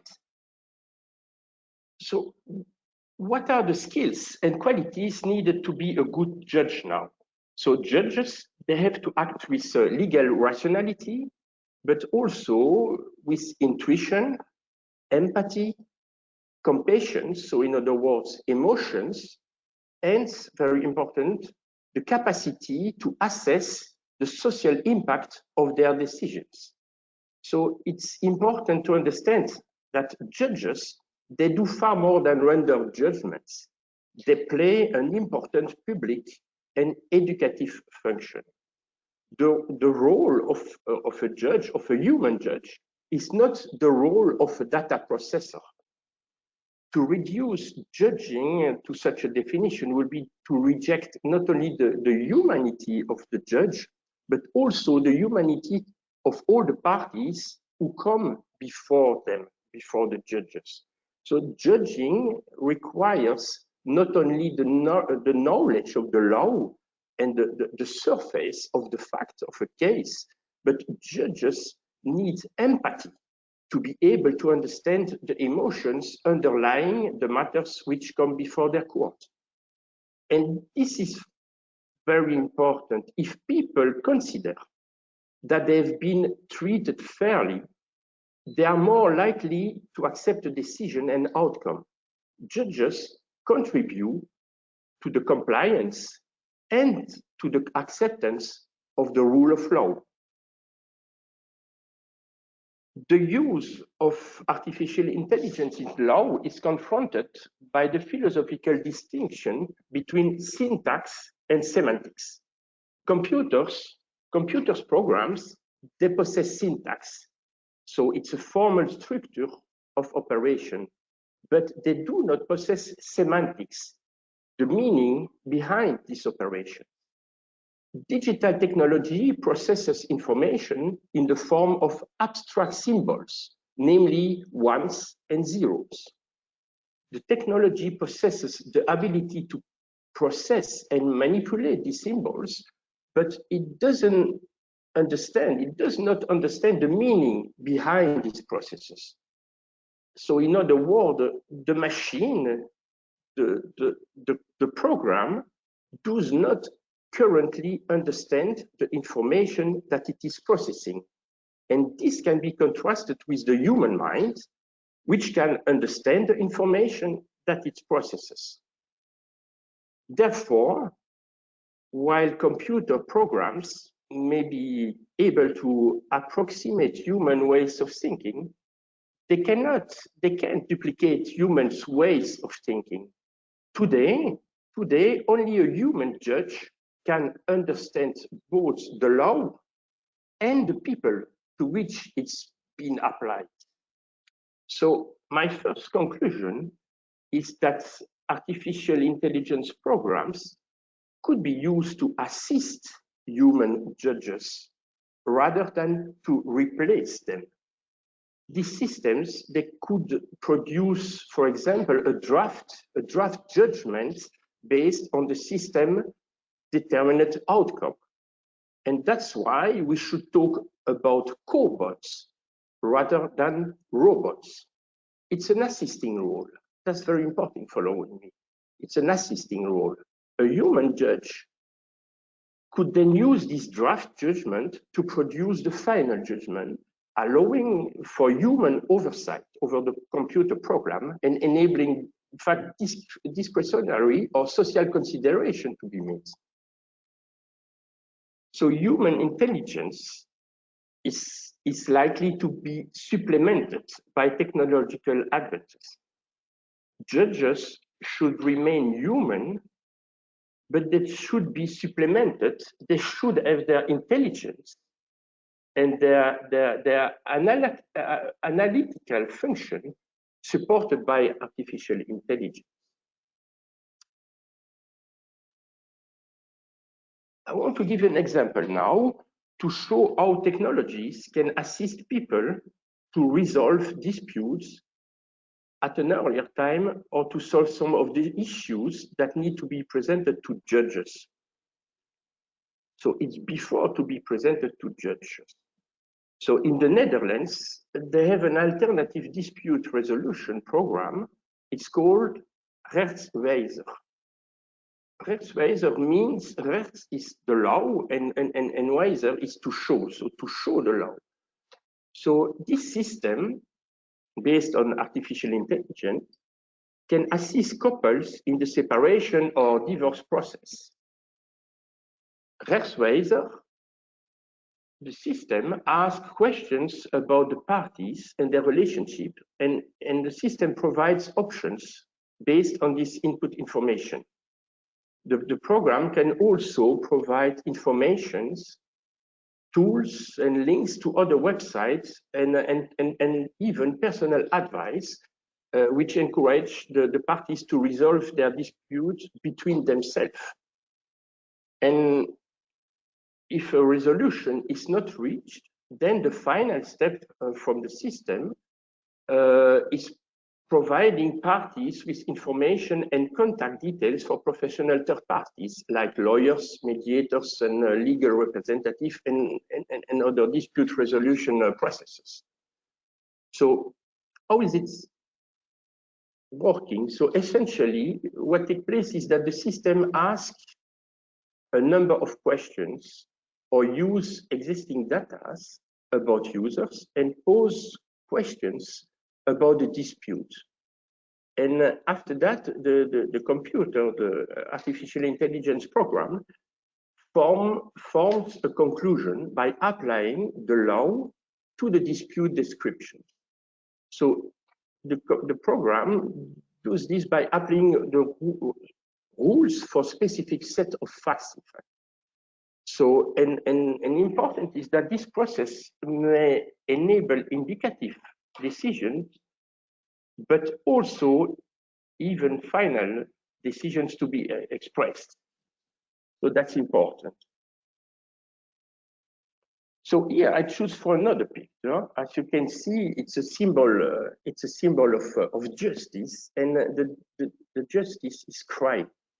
So I want to talk about a real case scenario. I call it Valerie's case because as a young lawyer at the Brussels bar, I had to deal with cases for people who don't have the financial means to pay an experienced lawyer. So I once had to deal with the case of a young woman. She was 18, whose parents had been deprived from their parental authority when she was only 5 years old. And Valerie, she was therefore placed in a specialized institution where she was to stay until she was 21. 21 was the age of majority in Belgium at that time. But Belgium, the Kingdom of Belgium, lowered the age of majority to 18. And that was a big problem because my client had to leave the institution in a hurry. And she had almost no financial resources. And then she asked me to sue her parents, whom she had not seen for 13 years. So I took her parents to court to order them to pay Valerie the costs of her students. And on the day we met in court, it was a closed hearing. The judge was a woman. The clerk was a woman. My mother, my client's mother was present. That's a lapsus. My client's mother was present. Her lawyer was a woman. And the father from Valerie was represented by a woman lawyer as well. And when the mother of Valerie saw her daughter after so long time, she burst into tears. She burst into tears, and so did my client. Valerie was crying a lot also. And I must say it was very, very emotional. It was a very, very moving scene. And the two other lawyers, the clerk, the judge, they also started to have tears in their eyes. And okay, I must be honest. I must admit that I too had a hard time to keeping myself from crying. And then the judge said, this is not possible. This is not possible, a situation like this, having to sue your parents. So now you all get out of my courtroom and you come back in no more than 30 minutes with an agreement. I want to see an agreement. I don't want to judge this case. So we all went out of the courtroom and we made a deal. And I stayed in years in touch with Valerie, and her parents, her father and her mother, they respected the agreement. There was never any late payment. And in my humble opinion, never could an artificial intelligence judge make such a decision with such authority and respect from all the parties. So is it perhaps something in the universe that we cannot reduce to data? I think it's humanity. And my final conclusion is that a judge must understand both the law, but also the people to which it's being applied. And if people consider that they've been treated fairly and humanly, they are more likely to accept a decision. And judges, human judges, that's also an interesting point. They are accountable to the right of the parties to proceed to appeal a judicial decision. In fact, in this way, the parties are able to have the decision reviewed by another independent human judge or even judges. And this right to be judges by different human judges give trust in the judicial system. And this is so important to have trust in the judicial system. So my final conclusion is that artificial intelligence may one day completely replace human judges, but only if the automation is able to fully replicate a human mind. But even if one day it will be possible, personally, I don't believe it will be desirable. Thank you. Thank you, Jean-Marc. Thank you very much. I do agree with you. Human, we need judge, human judge. This is true, because the machine cannot do what the real judge they do, the work that they do, even the lawyers. Thank you very much, Jean. Thank you, my pleasure.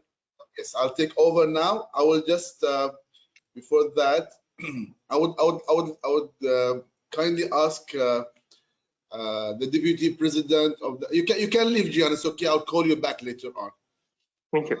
I'll kindly ask the deputy president of the Supreme Judicial and Council President of the Court of Cassation, His Excellency Councillor Abdullah bin Hassan Bouainen. He will say something for the audience. Please, let's welcome.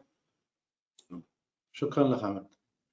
Firstly, let me thank everybody that participated today in this conference. It is really, I'm grateful to be with you today, with everybody, and with Dr. Latif, Naik, Jail, and Jane, and this such fabulous organizing such a conference in an important matter to cover the AI in judiciary. And let me just to please, before I leave, I would like just to raise two points or 3 points in this regards, and to see whether we can explore. Now we are thinking to what extent we can deliver a word in a case. Before we reach that point, let's explore what is before even suiting, before filing a law case in the judiciary. There are many areas we try to discover and to see the alternatives to dispute resolution, the mediation, arbitration, early neutral evaluation of the cases. All these areas are subject to explore and to see whether we can apply AI, the artificial intelligence in this regard, and to see to what extent we can ease these areas, to see a mediator, a machine mediator. It's like we file all the facts there, and to see to what extent we can reach an agreement or reach a settlement in this regard, because there are many cases shouldn't be in the judiciary, shouldn't be file a case, and it can be settled before even they reach the judiciary. Those areas, I think, a good area to explore, good area to work on it, and to see to what extent we can like create a machine to play a role of mediator, to give it all information, and to see the two parties reach a settlement through the machine. This is one area to explore, as well as the early neutral evaluation. There are cases, the parties of the case, they want to know where they are standing and whether they should go further to the judiciary or stop here. They need an advice. Now they go to an expert, go to a judge, ex-judge, or go to a lawyer to give them their positioning, and then they proceed from that point, whether they go to the judiciary or not. I think this is another area we might use it and use the AI in this area to help people, particularly in this minor and the small claim courts, as well as there are the arbitration, an area we can explore and to see maybe we reach a good success in this regard and applying AI in this regard. Finally, there are some small claim courts and the telecommunication cases, such the minor cases. Those are an area we might as well to work on it and to achieve such big achievement in this regard. So that would give us an experience to proceed and to go to more complicated cases and to explore that where we're standing at that point and to go further, as Dr. Latifa earlier mentioned some information and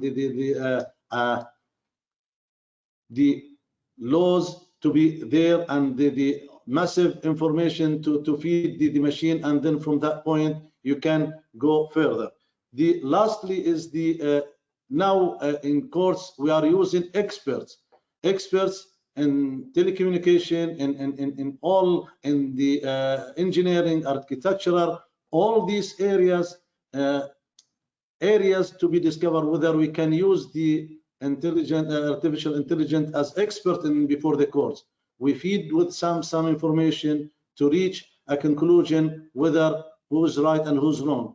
All this area I have mentioned, it's, I think, invitation from me to our colleagues who participated today, and maybe to see in future conference whether we can explore this area and to achieve and to reach an achievement in this area. And then from that point we can even go further and further for the more complicated cases and more complicated area to explore. I'm really sure, I'm pretty sure we are doing such good achievement in this regards in the world, and we are benefiting from our colleague participated today, and those who are not participated in the future, we might meet with others to see to what extent we can learn more and more in this regard, because this is where the future is heading and where the world is heading to go. Thank you very much for your participating. Thank you for your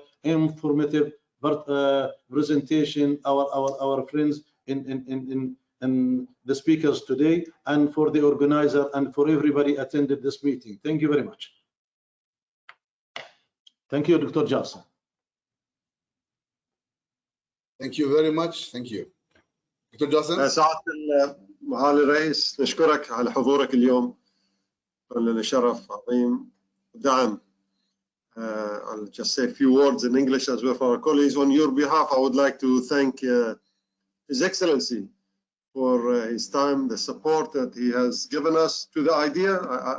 He is not only innovative in a judiciary, but he's very much close to the innovation, and we have witnessed us who are in Bahrain the evolution in the processes that has moved from manual to electronically. Your Excellency, I would also ask you right now to continue doing this exercise and the seminar every year under your patronage, so we bring expertise from all around the world, and I'm sure by next year we will be able to provide the success stories from Bahrain's judiciary to display it to our colleagues in the rest of the world. And I know today we had speakers from different parts of the world, although they are different systems, but as you rightly said, the concept is the same. And again, as you rightly said, we thank those gentlemen also who came from Europe. Today is their holiday, Sunday, and they've taken time from their weekend to join us. And I would like to also thank the team here, Ahmed Blushi, who's been working hard behind the scenes, and with the assistant of Khalid Jalal, the GC Media from UAE, Tushar Saho. We had Ronit, Vijay, Ajay, Kulnar, Rani, the rest of the team who supported us, and may I also thank also from your team the unknown soldier behind all this, which was supporting us, Mundar Al-Joder, who's given us all the support to make this very successful. And again, thank you for your time. And one other thing, the data, as we said, is the core to all these important activities. With your permission, Your Excellency, I would like to also ask the rest of the audience that we're making another conference on just before Ramadan on 7th of April. It's called Data is Everything. It's under the patronage of Her Excellency Fawzia bint Abdullah Zainar, the chairperson of Parliament in Bahrain. Thank you, sir.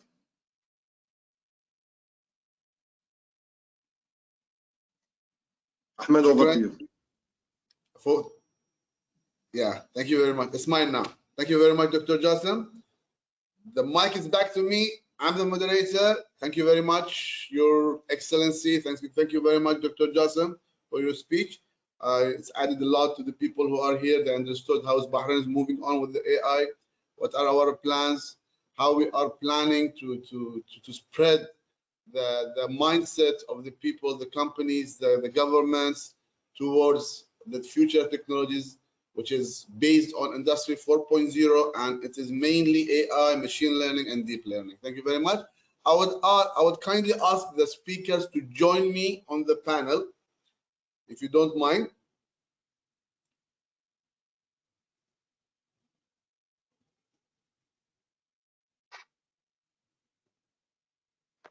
Jan, Yanek, Ala Dr. Latifa. Okay. I would go for, I have a few questions for you over here. The first one, it was for from Dr. Fahad Al-Yami for Dr. Latifa. He's asking, thanks for this material, and I want you to tell us more about investing on AI in Arabic. Do you mean as platform or guidance? Because I really find this interesting. Dr. Latifa. All right. Thanks so much for the question, Dr. Fahad. Well, I meant about investing in startups of AI, mainly those who are supporting the Arabic language, the NLP work on AI in general, and AI in law specifically. There are a lot of VCs and angelic investors group who you can join and know more about those startups and support them to help us in moving this AI and law world forward in the region. However, you can invest anywhere in the world, but mainly what I want to focus on for investing in AI in general, and for I mean startups who are not local, is to consider all the cultural aspects and some also ethical aspects regarding AI in general. So making sure that it is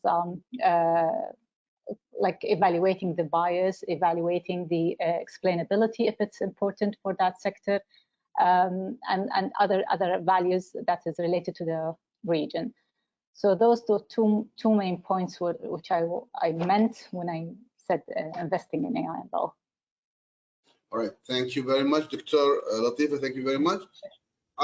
Gael, question for you, because you talked about criminals.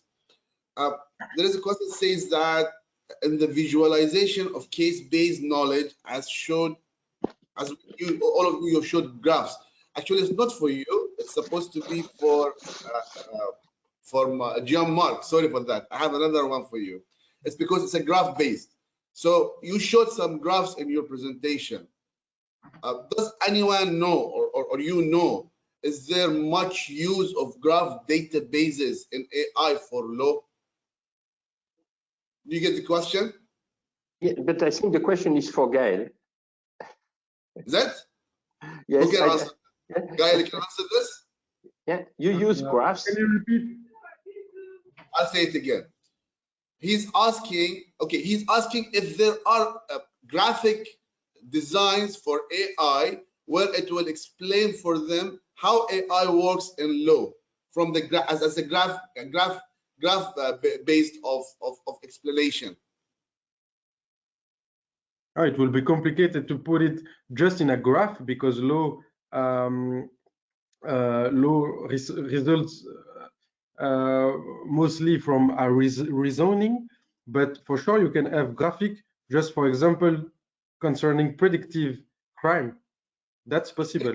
Maybe he means that he wants like a workflow for how things work with AI and law. For example, let's say if you have in blockchain a smart contract. So what is the flow of this? Maybe this is what he means. But let's go for other, because I have other questions as well. There's a question for Yannick. As far as I'm concerned, for the foreseeable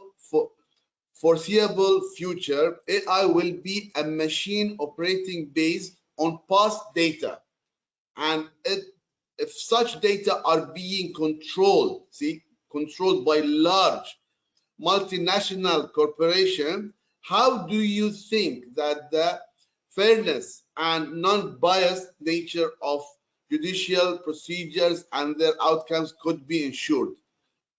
It's an ethic question, actually. Your voice.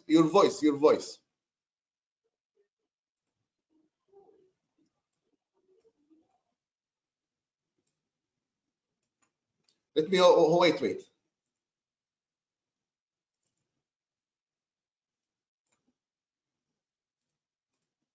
Wait, I'll just mute. You cannot.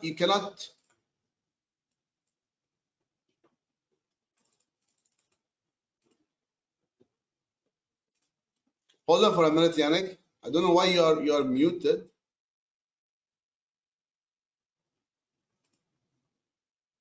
Yannick. Okay, it works now. I think. Sorry for that. I'm sorry. I apologize. No problem, Ahmed. Did you hear the question? Did you hear the question? Yeah. I hear the question. It's about data, and I want to make the link with what Dr. Jasim said just at the beginning. Data is core to any development of actual machine learning, deep learning system. And it's true to say that it's totally linked to the past, as statistics are in general. So today, if we imagine that we can forecast things based only on past data, it could be, in my own opinion, a big issue. Why? Because of the quality of data first. I don't know what are the data sets in the world, even in multinational or in governmental system. I can say that in France, the quality of data is quite poor. And trying to train machine based on this poor quality of data, you know what you say in computer science, garbage in, garbage out. So the conclusion is quite clear. If we want to raise the quality of applications, we must have first a data governance policy, meaning being able to produce data that are accurate. And even after that, I will not develop any more about that. Even if you have then data with a good quality, you have to govern the entire system. But data is core first to any attempt to use artificial intelligence in any application, especially in judiciary. Thank you very much. Thank you very much, Yannick. Thank you very much. Jamal, there's a question for you.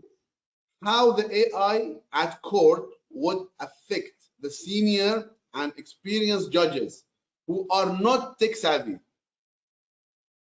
So yes, that can be indeed a difficulty because, like Dr. Latifa said, it's a very conservative world, and that's why also I try to explain that the system must propose something like a draft judgment, and that the final decision is taken by the judge. So it can change this decision. This is his discretionary power. and but it will help him, and it's a question also of time. Time is of the essence. It's justice, and it's a big issue in many judicial systems. And you can gain a lot of time if systems are drafting a judgment for you. But that, like I said, that you can change. Thank you, Gianmarco. Thank you very much. Gael, maybe some people that are interested here in blockchain. Can you tell the benefit of blockchain, like for example, smart contract, and how the law, how we can make sure that, I mean, for the normal, ordinary people, how they can utilize blockchain properly, where the laws and the judicial part of it are covered properly or legally? Your voice, again, hold on. Your voice. You open your voice, Gael. It's with you. Can you hear me now? I think Yes. I have some connection troubles. Can Sorry. you hear me? Yes, yes. Go ahead. Yeah. So I was saying that the biggest advantage of blockchain regarding the law is really the unalterability of the blockchain. So that will just decrease corruption, for example, and also the smart contracts, because smart contracts can guarantee you that when certain conditions are met, the contract will just be automatically executed. So that will just play a great role regarding proceedings, or Okay, good. Thank you very much, Gael. Dr. Latifa, I have one question for you, but only one question. Then I need one minute from each of you to conclude whatever you have said. Okay, Dr. Latifa, being in Muslim country and following Islamic Sharia, are there AI-based judge applications approved by Sharia practitioners? Is it acceptable as per Islamic Sharia? Thanks for the question. It's very interesting. It's context dependent. Well, up to my knowledge, I didn't hear that about something related for AI in Sharia. But however, I think it's since that we are considering AI as a decision support system. It's not purely a protective system that will decide by its own, but it will help judges, even who are working in Sharia law, to help them to provide like visibility and transparency for how the judge could take the decision in different contexts. So I think there's no problems at all if we were going to use AI for this specific law, and merely I believe that it will help a lot to overcome any obstacles and other problems that we are facing in the current law. All right, great. I will be closing now. I have this final question for all of you, the same question. I will be starting because as we started ladies first, so we will start with Dr. Latifa. And if you have 1 minute to answer this, all right?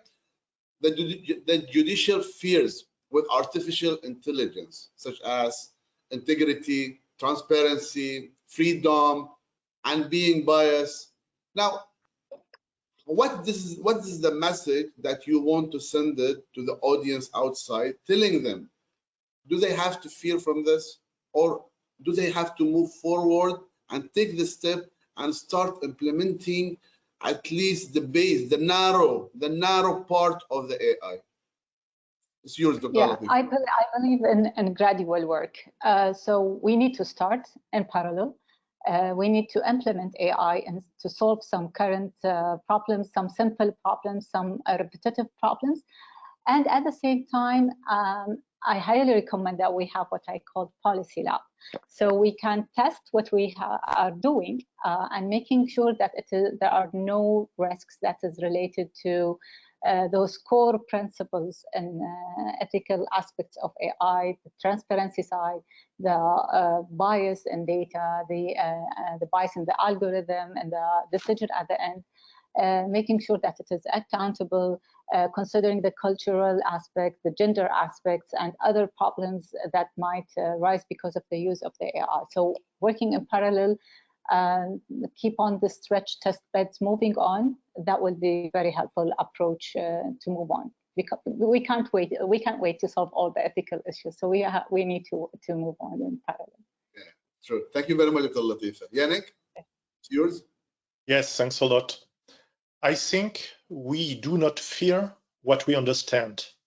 In another word, I think that for judiciary, and it's true for every profession, we must promote digital literacy everywhere. I lead in School of Judiciary in France a special program for judges, prosecutors, court clerks, exactly on that. Once you understand the benefits and the issue of technology, you are able to use the exact application you did. So I want really to thank you again for giving me the floor today and being able to share a little bit of this knowledge, but I'm sure that all the other speakers today have contributed to that, and we must continue this digital literacy program. Pleasure is ours, Yannick. Thank you very much for being here with us. Thank you very much. Jean-Marc, you can. Yes, sure. I totally agree. We have to move forward. Sure, we have to move forward. Justice has to be supplemented by artificial intelligence, but the final decision must be a human decision. But it's like I said in my speech, I like to speak about cobots in place from robots. So it's an assistance. Okay, thank you very much, Jean-Marc. Gael, yours. Thank you, Ahmed, for this final great question. I will just say that advantages of AI are really greater than its disadvantages. And at this time, we need to move forward. That's the fourth technological revolution. And it really needs to take the AI into the next level, because we all know that we didn't achieve our best state yet. And the same goes with AI. It's an evolution. We need to take care of it. We need to train it, we need to develop it. And then we'll be able to do more with less. Thank you very much. Thank you very much, Gael. Thank you. Before we close, allow me just to give you a certification of participation. This is very little. I mean, for you, it's something very small that we can give it to you for your time, for your efforts, for dedications. You can see the certification on the screens. Yes. Oh, yes. All right. This is for Dr. Latifa. Thank you very much for your participation as a speaker. Also, we have for Yannick Minister. Thank you very much for being with us tonight. Gael, yeah, thank you very much. Gael, thank you for you also for being here with us. I really appreciate your attendance as well. Jean-Marc, thank you very much for being with us. You passed a good message that machines, they cannot replace judges. Thank you very much for that. Thank you. Very much for the organization. Thank you for everything. Yes. I would like to thank the attendees who are here, the speakers who enriched us for such tremendous information, organizers who have provided this opportunity to me, to you, to everybody, just to explore your information, your knowledge, your experience with everybody. Thank you very much.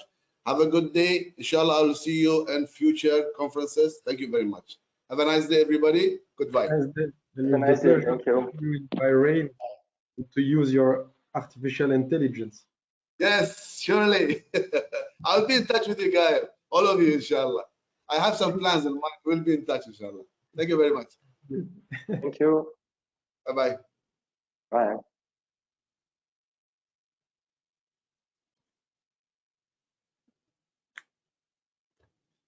Yes, Ronet, can you just close for the audience?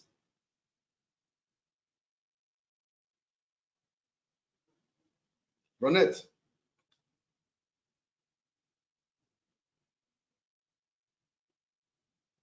وين راح؟